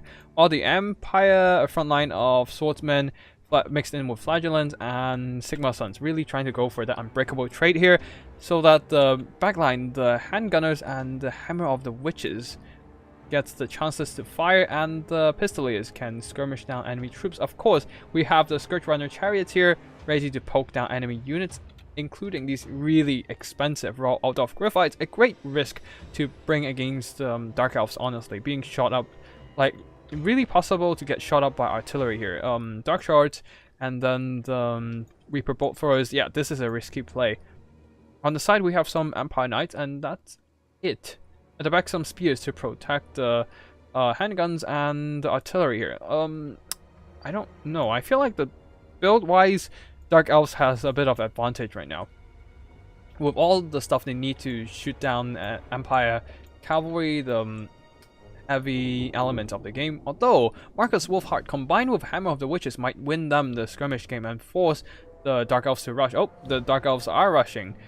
Like, they're not waiting at all, because probably realizing the lack of Legendary Lord on the Empire side does put them in a bit of a skirmishing disadvantage here, especially they're now shooting Supreme Sorcerers of Fire. Give me for a sec. My nose allergies was a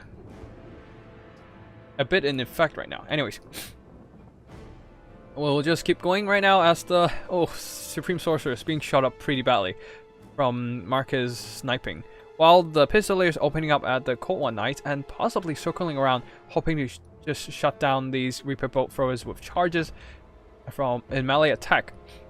While the Hammer of Witches just going straight for the Supreme Sorcerers of Fire, trying to shut down their magic support before they can even get in range to get spells out and whatnot. While the mobility of Empire being the more numerous component here, just circling around and ready to shoot down, or just charge run over the Dark Elf backline. And then this is a fireball duel. Both of the Sorceress and Bright Wizard miscasted, took some damage. Oh, that hurts. The Supreme Sorcerer is down to around 1000 HP. This is bad. The Hammer of Witches shooting in, and then also the fireballs and Marcus shots. This is going to be a huge loss for the Dark Elves. Yeah, I didn't take account into the the Bright Wizard and Wolfheart sniping capacity. And now with this kind of sniping power, yeah, the Dark Elves are in a great trouble here with their Lord already breaking. I don't know why he brought in the Sorcerers on the Cold One though. Probably because of some little extra funds left. Like, it's not a good mound for a Mage Lord.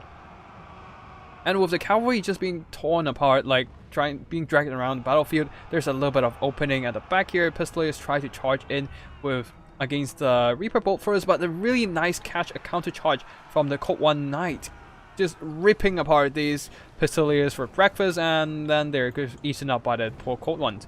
Now Fireball and the Reaper Bolt Throwers are going for an artillery exchange. Oh no, that's going for the Scourge Runners instead, who is shooting at these Empire Knights. Not a bad target, but you probably only want one unit to target it, because right now you can see that there are multiple shots targeting a same unit model, and that's a lot of waste of DPS right now. So anyways, at the front, Marcus is actually taking quite a bit of damage from the combination of Dark Shot Fire and a bunch of probably Reaper Bolt for a shot. So he needs to go back to the back of the battlefield. Yeah, he's getting shot by the Reaper Bolt Throwers. Oh no, the Hammer of Witches being shot up by artillery right now. So taking some decent damage, while the skirmishing element of the Empire needs to pull back before they get damaged too hard and routed like the Sorcerers of Fire. Anyways, that was a really nice catch with the Cold Knights. Might happen again, I don't know. But the Sorcerers of Fire will be chased down by the Empire Knights. Really possibly happening that way. Anyways, yeah, there's also the Pistoliers at the back here, absorbing shots from Scourge Runners. Pretty nice stuff. While at the frontline engagement is attempted to begin. Burning Hat going through a bunch of Dark Shard, doing some singeing damage, not anything substantial enough to guarantee a rout, while the frontline handgunners being shot up by a combination of Dark Shards.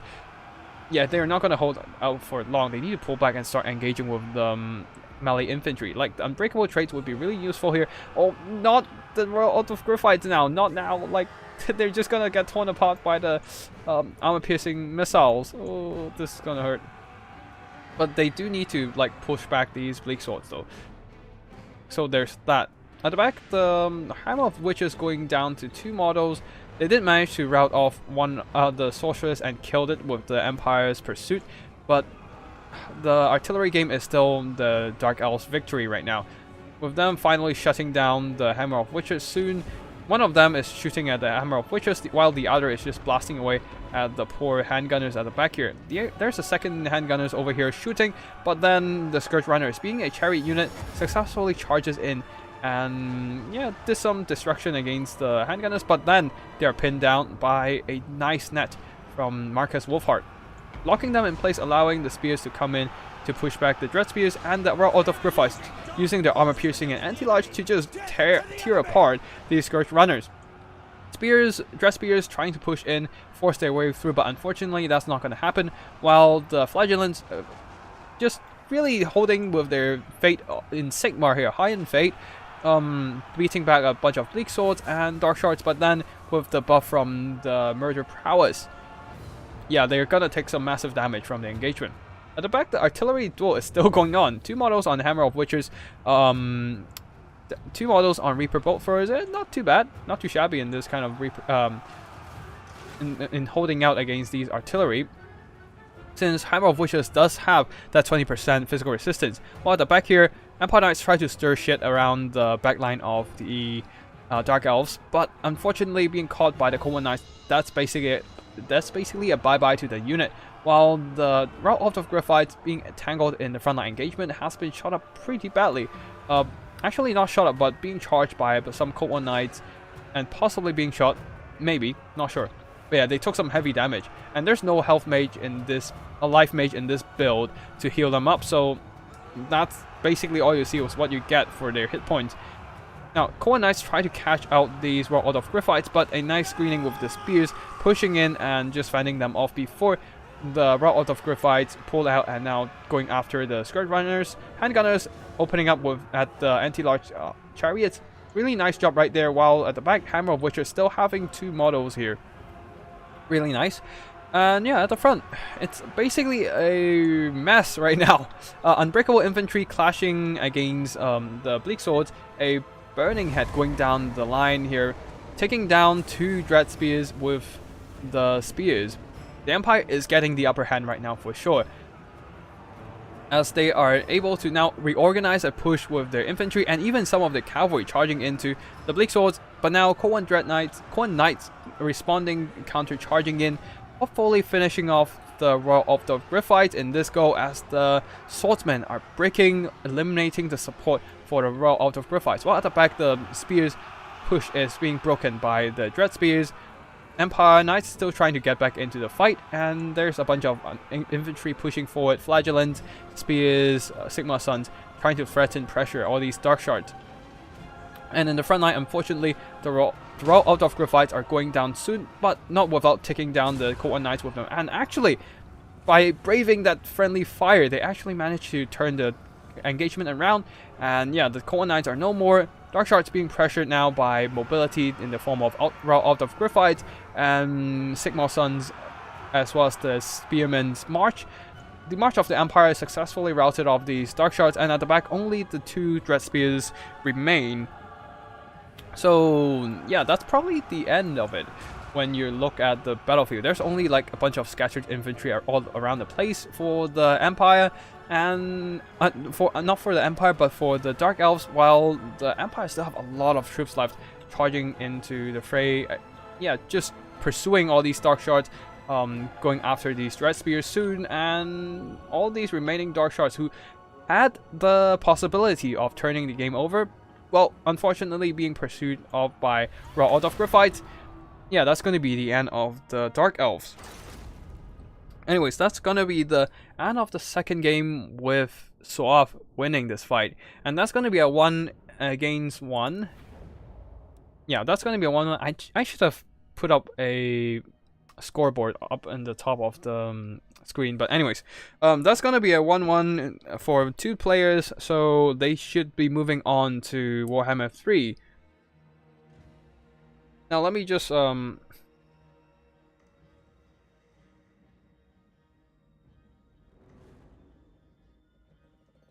message these players and just let them know that we're going to Warhammer 3.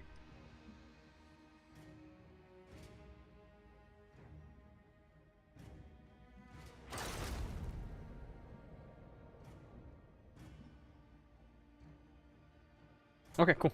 The host has left the game, and then we're just gonna switch games now. Give me a second. Let me turn on the screen blocker, and so we don't mess up with the units and whatnot. And yeah, we're going to game 3. Empire versus Dark Elves, always a fun matchup. Yeah, they have a lot of possibilities for the units they can bring. Like, both armies are really well balanced. Let me think. Is well balanced a great word for it? Oh fuck.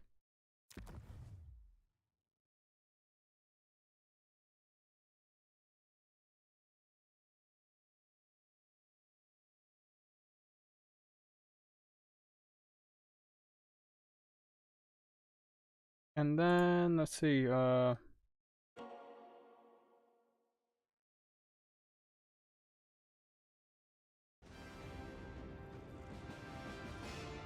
Yep, Slaanesh bot, baby. It's Slaanesh. Oh boy. I might need to turn on subscriber only mode at some point, cause I heard that there are some chances of people's channel getting banned for people spamming like foreign stuff in the chat and then reporting. Like, that's fucked up. Anyways, I think that hopefully that's just a one-off occurrence. But yeah, we'll see what happens. I mean, I don't think we're big enough to get targeted by this kind of reckless hate or Slaanesh glory. I don't know, but we'll see. Anyways, excuse me for that half-screen block, because that's exactly the stuff you need to kind of like block out the unit selection in game 3. As you can see here, you can kind of like you can make out what the two players are using for their faction, but you don't get to see what actual units they're using. Anyways, it's gonna be a Kislev versus Ogre. Oh shit, I forgot. That was embarrassing. Let me just refresh. Let me just refresh again. Oh boy, that was embarrassing. I just double click instead of go for spectate.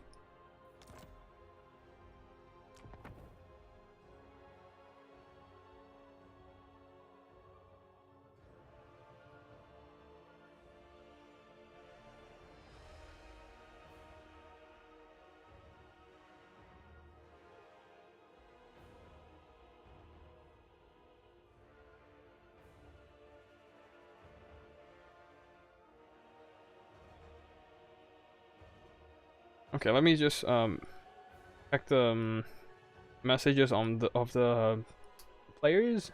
Give me a sec.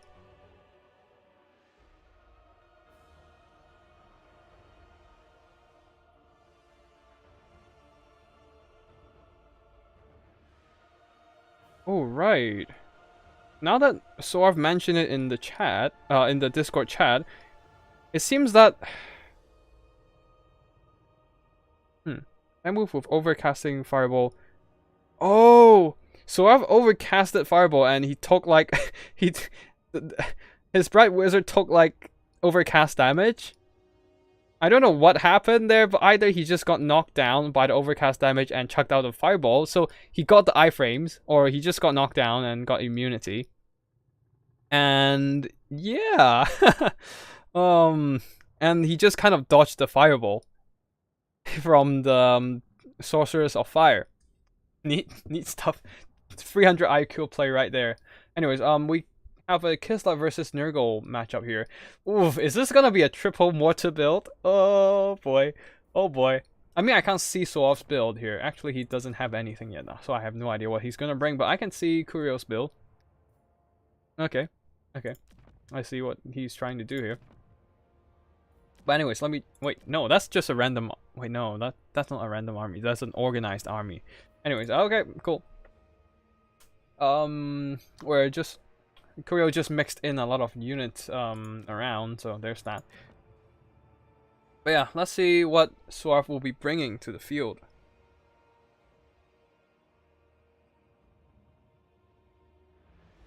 And we wait. We patiently wait. Anyways, chat, what's up?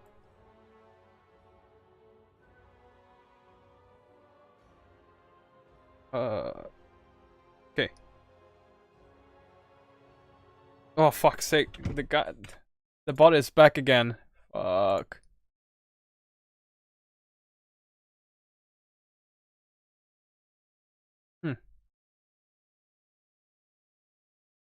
Actually, Matthew, can you just mod the chat for a bit? The tide is a bit... Actually, let me just remove. That'd be annoying. Like, YouTube doesn't even have plugins to block these kind of shit. Like, all you can do is put user in timeout and, like... Even block them? What the fuck?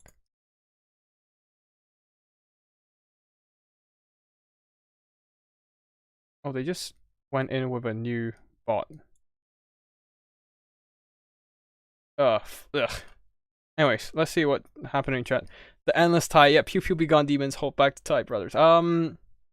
Anyways, is there anyone in chat like willing to volunteer as a mod to temporarily to snipe out those Slaanesh bots?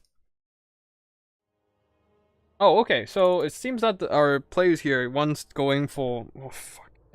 Okay, never mind. It's fine. Kurio versus Soav. Kurio's going for Kislev and Soav is going for Khorne. Okay, interesting. Don't know what... Not sure what they're gonna do here, but... I haven't played this matchup for so long, though. It's either like... when I find Khorne, it's either using Grand Cathay or using Ogres these days. And surprisingly...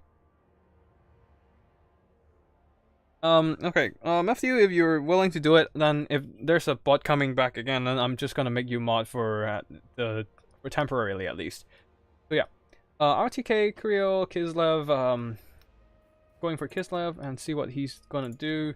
RTK Swarv going for Khorne, still empty in terms of the whole army selection, so we'll see.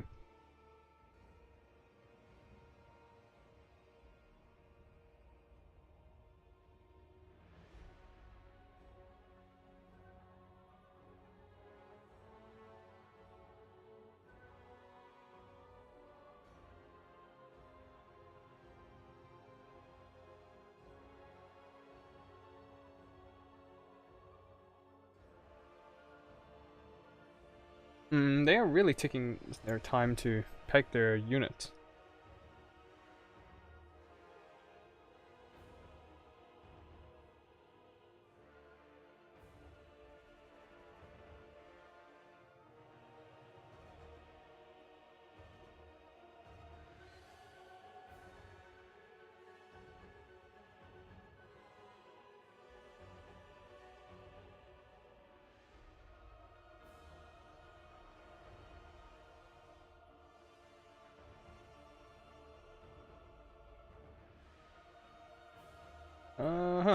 Okay, I'm just like checking whether there's any way to like stop these Slaanesh bots, but I guess I have to do it off stream to figure that shit out.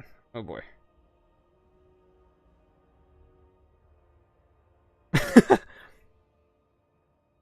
After Strike Game comments, they suddenly stopped commenting for now, so well, I guess Strike Game's killed it for now.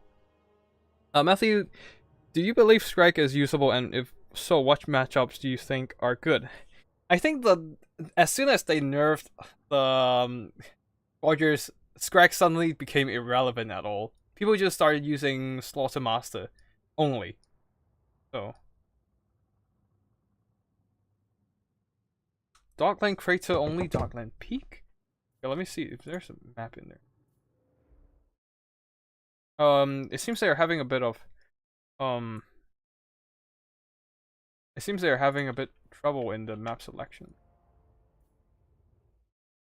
No,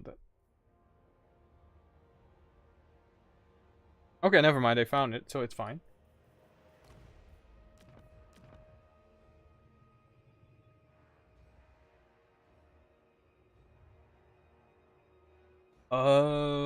Shit.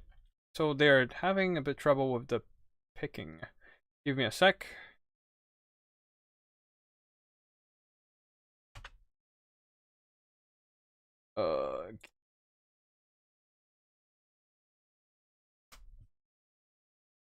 Guys, you might want to consult eumaies for the for rules. I'm not the one enforcing it, man. I'm just a caster.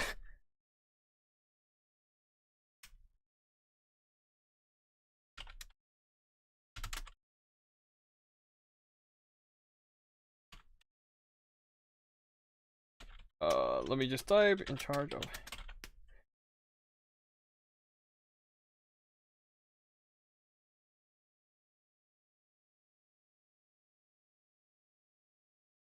Consider it.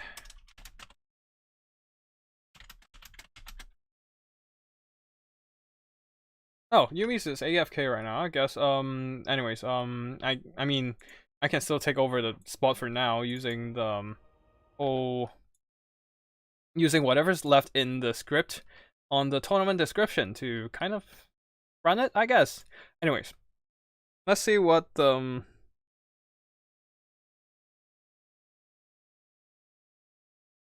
let's see what they will be picking. And I guess they're still picking armies right now. Sorry for a sec there. I'm hosting a brunch at. Oh, okay, never mind.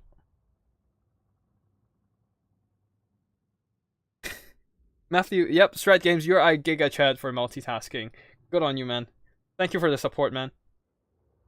I really appreciate you to be here, even if you're busy with brunch duties. But yeah, let's see what the two armies might bring here. Khorne versus Ogre Kingdoms. Interesting. Like personally, I find this traditional. Personally, I find this to be a traditionally favorable matchup for Khorne, but Ogre Kingdoms does have the tools to deal with Khorne. So depending on their build, it really depends on their build, and yeah, we'll see what they're bringing to the field. Personally, I'm expecting ogres to just bring a bunch of lead belches because they're the most effective thing against the Khorne infantry so far. And let's see, it's the blasted land, so we don't have a lot of rugged terrain here. Well, yeah, that's a pretty solid map for artillery. But we'll see. I don't know if they're actually bringing that. But of course, Khorne with a lot of anti-large options, halberds, Minotaurs with great weapons, which is now much cheaper and much more cost effective. And then there's also Skull Crushers. So just a lot of nice rushing options for Khorne to like bring down ogres and whatnot.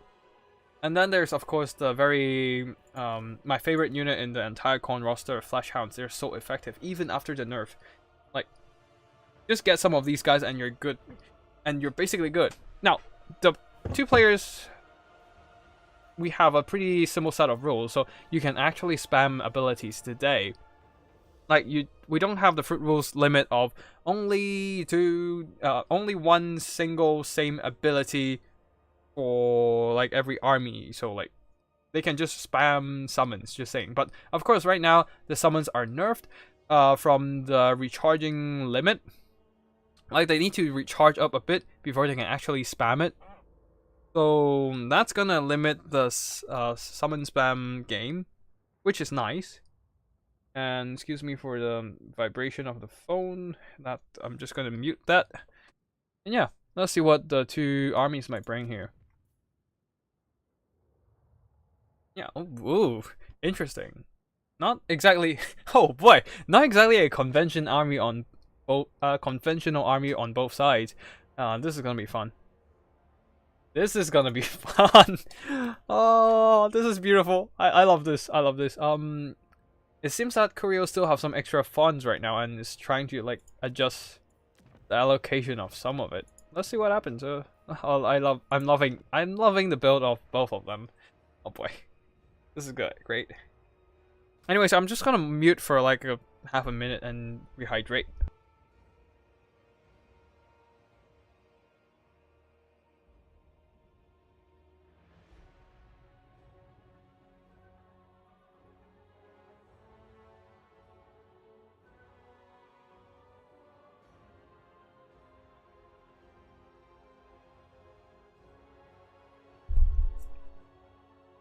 Track games. I'm going for the silent for the time being. Okay, have fun with your branch.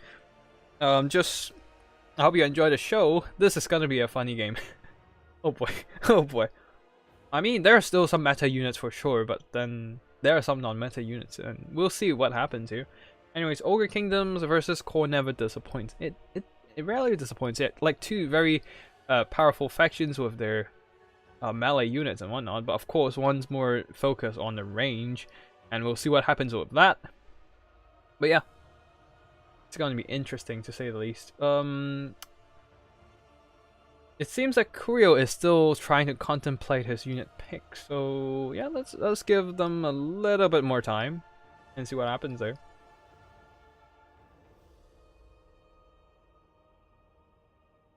Okay, my mic isn't muted. Cool.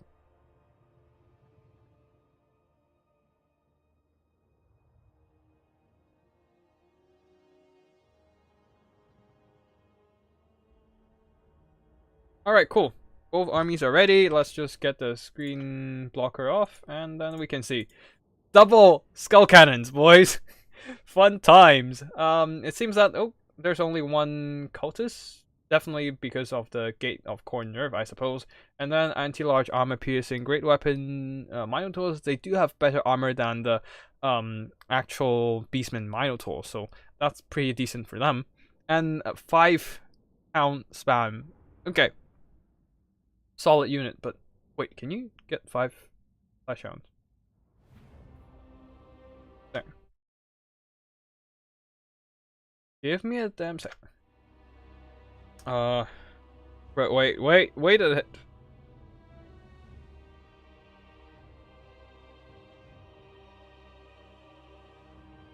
Hold on a sec.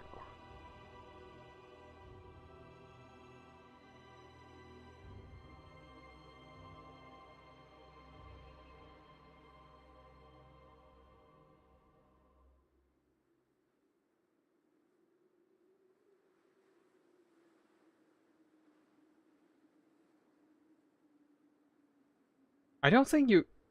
Wait, guys. If you're watching, whoever is watching the stream, can you answer me whether you can bring 5 flesh hounds? Although Greases is a great unit, to bring. The anti-large armor piercing does help out quite a bit in the cornet melee fight, but I don't know.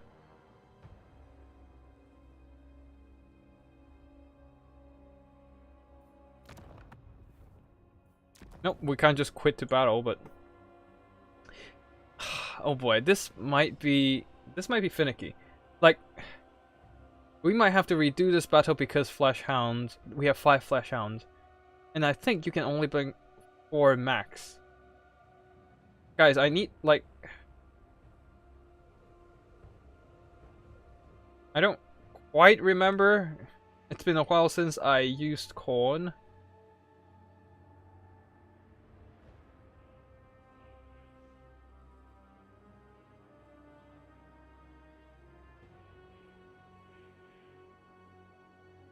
It's legal. Okay, no unit limit. Wait, oh? Huh? Oh, okay. Oh, Yumi's nice. Thanks for the answer. Oh, I thought the rule sets... I thought the rule sets set unit caps on.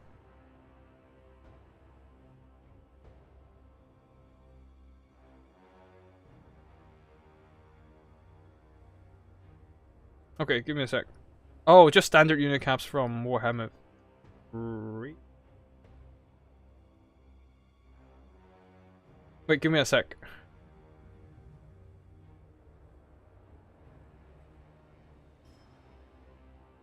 Yeah, that's not good. I don't think you can bring more than 4... Wait.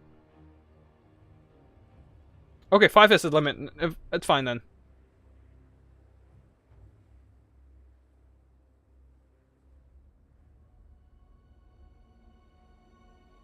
Wait, we're not... Okay, we'll let this one slide for once. Wait, hold on a sec, hold on a sec, hold on a sec. 5 makes sense, I'm not surprised that's legal. Okay, we'll let this one happen, like, it's not gonna be a major problem here. We just need to make sure the unit caps is on in the next game, but I don't remember bringing 5 Flesh Hounds in my games, so that's the only thing. Anyways, Flesh Hounds, 5 of them, and then we have a line of Chaos Warriors. And then we have, yeah, a line of Chaos Warriors with halberds, anti-large armor piercing. And at the back, double freaking skull cannons, baby! I love these things, like, cannons on wheels and just ridiculous flash cannon kind of thing. They even have mouths down here. Oh. Even have mouths down here, and like their idle animation involves like, yeah, fire blasting from different mouths. And then at the back, the Minotaurs of Khorne hidden in the bushes. Hopefully they're hidden from sight. And then for the Ogre Kingdoms, Rhesus Goldtooth leading the army. Boy, it's a big fat overlord, over tyrant. Nobblers protecting, I mean supporting, not protecting, a bunch of ogre bulls, and more ogre bulls at the back. A couple lead belches, and Mournfang cavalry with great weapons at the back, ready to crush some poor flesh hounds. Now at the back, more ogre bulls here, and the lead belchers already opening into the flesh hounds. Their massive missile strength doing some nice damage, but here comes the skull cannons trying to snipe out their missile firepower, but then, well, they missed their shot. A disgrace to their accuracy, and then another shot goes in. I don't think it's oof, that's some devastating damage, forcing the Ogre Kingdoms to push forward, rushing the artillery position of the Khorne army.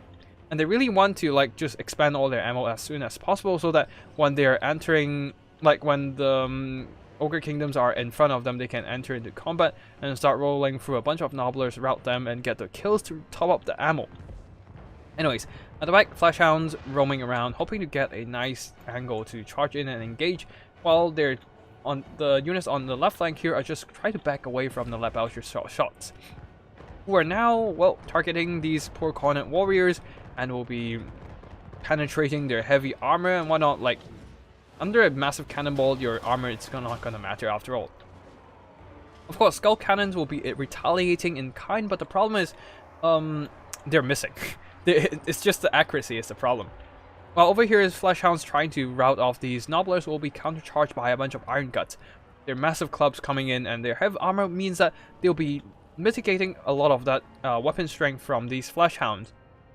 While at the back, skull cannons actually taking some damage from the lead belchers. While, oh boy, these Chaos Warriors simply can't hold in combat, hold against these artillery shots at all. And Skull Cannon, really, their single shots really have some serious accuracy issues here. While over here, Minotaurs with great weapons charging against the Mournfang cavalry. Excuse me right there.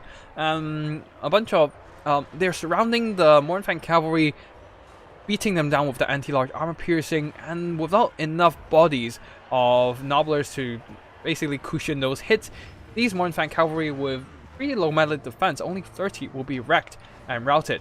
All the Chaos Warriors successfully routing the first wave of Ogre Bulls will be pushing onto the backline and pressure the lead belchers, who are now being shot up pretty badly by the Skull Cannons, although one of them already used up all their limited ammo and now moving into combat. As the front line, the Chaos Warriors of Khorne with halberds are holding on, and on this flank over here, Flesh Hounds are being crumped by a combination of Iron Guts and Nobblers, And even the Mournfang Cavalry, where is... Oh wait, there's only one Mournfang Cavalry and they just got wrecked on the other flank.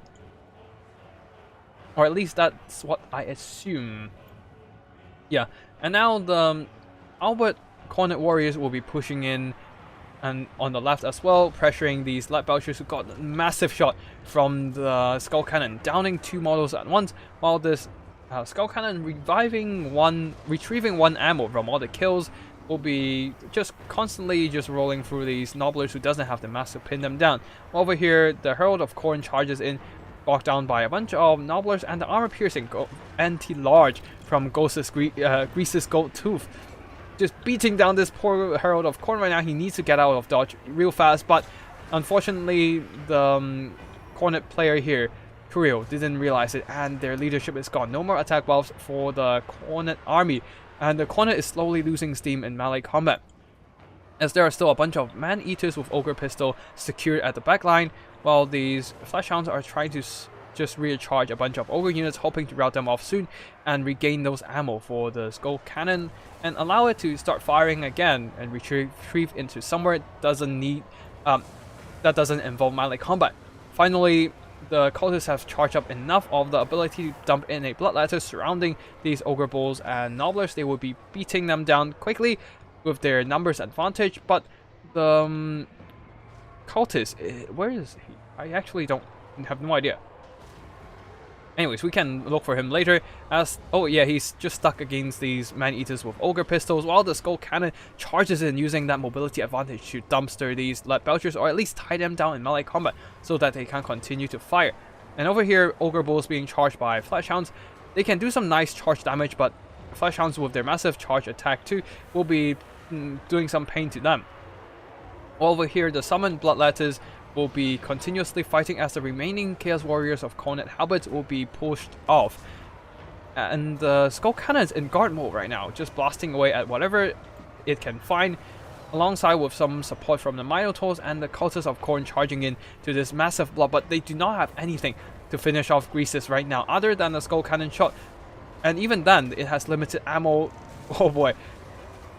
It's a battle of wheels here as Greases here come in with his cart, rickety Nobbler cart, bashes the Skull Cannon into explosion, and there goes the final hope of finishing Grease's Gold Tooth.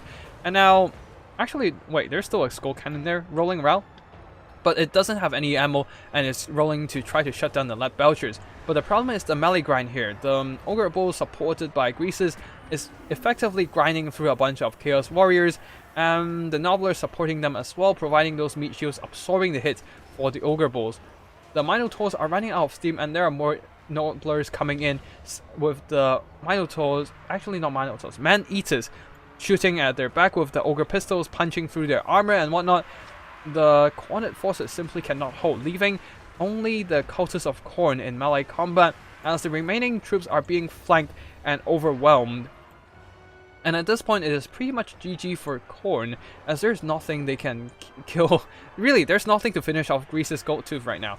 The Skull Cannon here is still one last shot coming in, misses. Oh, well, rip. That was unfortunate, really unfortunate. And there goes army losses, and that's gonna be a victory for Grease's Gold Tooth. This is a battle of two non-meta units, and yeah, in the battle of the wheels, Greases, the rickety cart wheels, actually won with the club of meat, whatever leg is that, and yeah, just beat down the wheels with teeth and whatnot. But yeah, anyways, that's gonna be it for this third game, and the victory goes to the Ogre Kingdoms, and that is Suave. Now, guys, remember to turn on unit caps.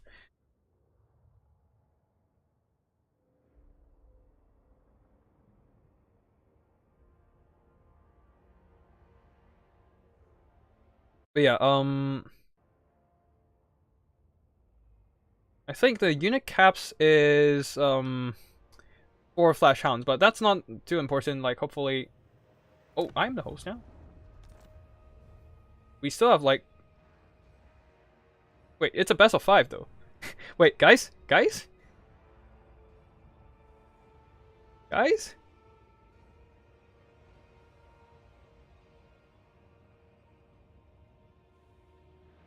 don't just leave. Come on, guys. Oh wait. I mean, what? What, guys? Okay, give me a sec.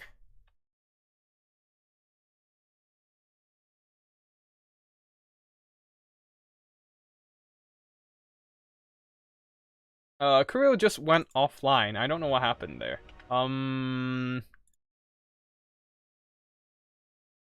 He just went off? Okay, look, give me a sec. I need to, like, see if we can contact him again. He might have disconnected, actually. He's online again.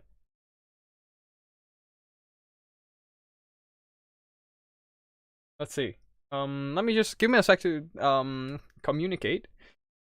Well, wait. Oh, shit. It's a free, wait, shit, did I just, oh, fuck, I did. Oh, oh, oops. I lost track of the game.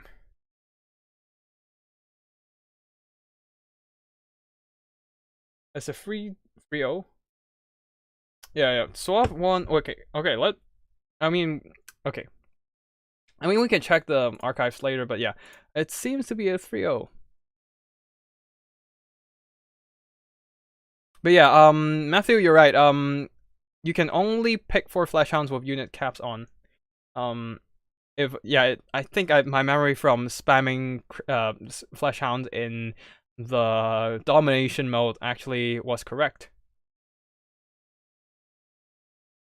Anyways, that's gonna be it. I actually lost track of the game, and it's a 3-0 from Soav winning. Apologies to the finalists, and also GG to both players. Honestly, like, great games so far, and really non-conventional build. Love that Greases versus the rickety cart of Greases versus the Hot Wheels of Skull Cannons. Great game from both players. And apologies if there's any like logistic errors and like a bit of delays here and there. But yeah. And also massive thanks to eumaies. Sorry, I still can't pronounce your name, but massive thanks to eumaies for like inviting me to and allowing me to host this great tournament. It's been a while since I watched any Warhammer 3 related tournament, honestly. And yeah, great games so far. Let's see. So in the end, it was okay, the first game we had was Empire versus Dark Elves, and then we have and then what? Oh wait, what was the second? No, that was the first game. We have Beastmen versus Chaos, with the Beastmen winning in the end. Oh yeah, right. Yeah, it's a 3-0. Sorry, my bad. And then Soav won the second game with the Empire, and then Kirill go for a Khorne versus Ogre attempt, but Ogres pull out in the end. Yep, that's fine. Yep. My bad for losing track of the scores. I really need to put up a scoreboard up top, so that's what I need to do next. Anyways, that's gonna be all for today. Again, big thanks to... Actually, also special thanks to Strike Games for recommending me to eumaies for the cast as well. So, massive support from Strike Games overall for this channel, honestly. Replays, we recently had a full Wolfen Rohirrim build for the Norskin. Also, that's from multiple replays sent in by Strike Games.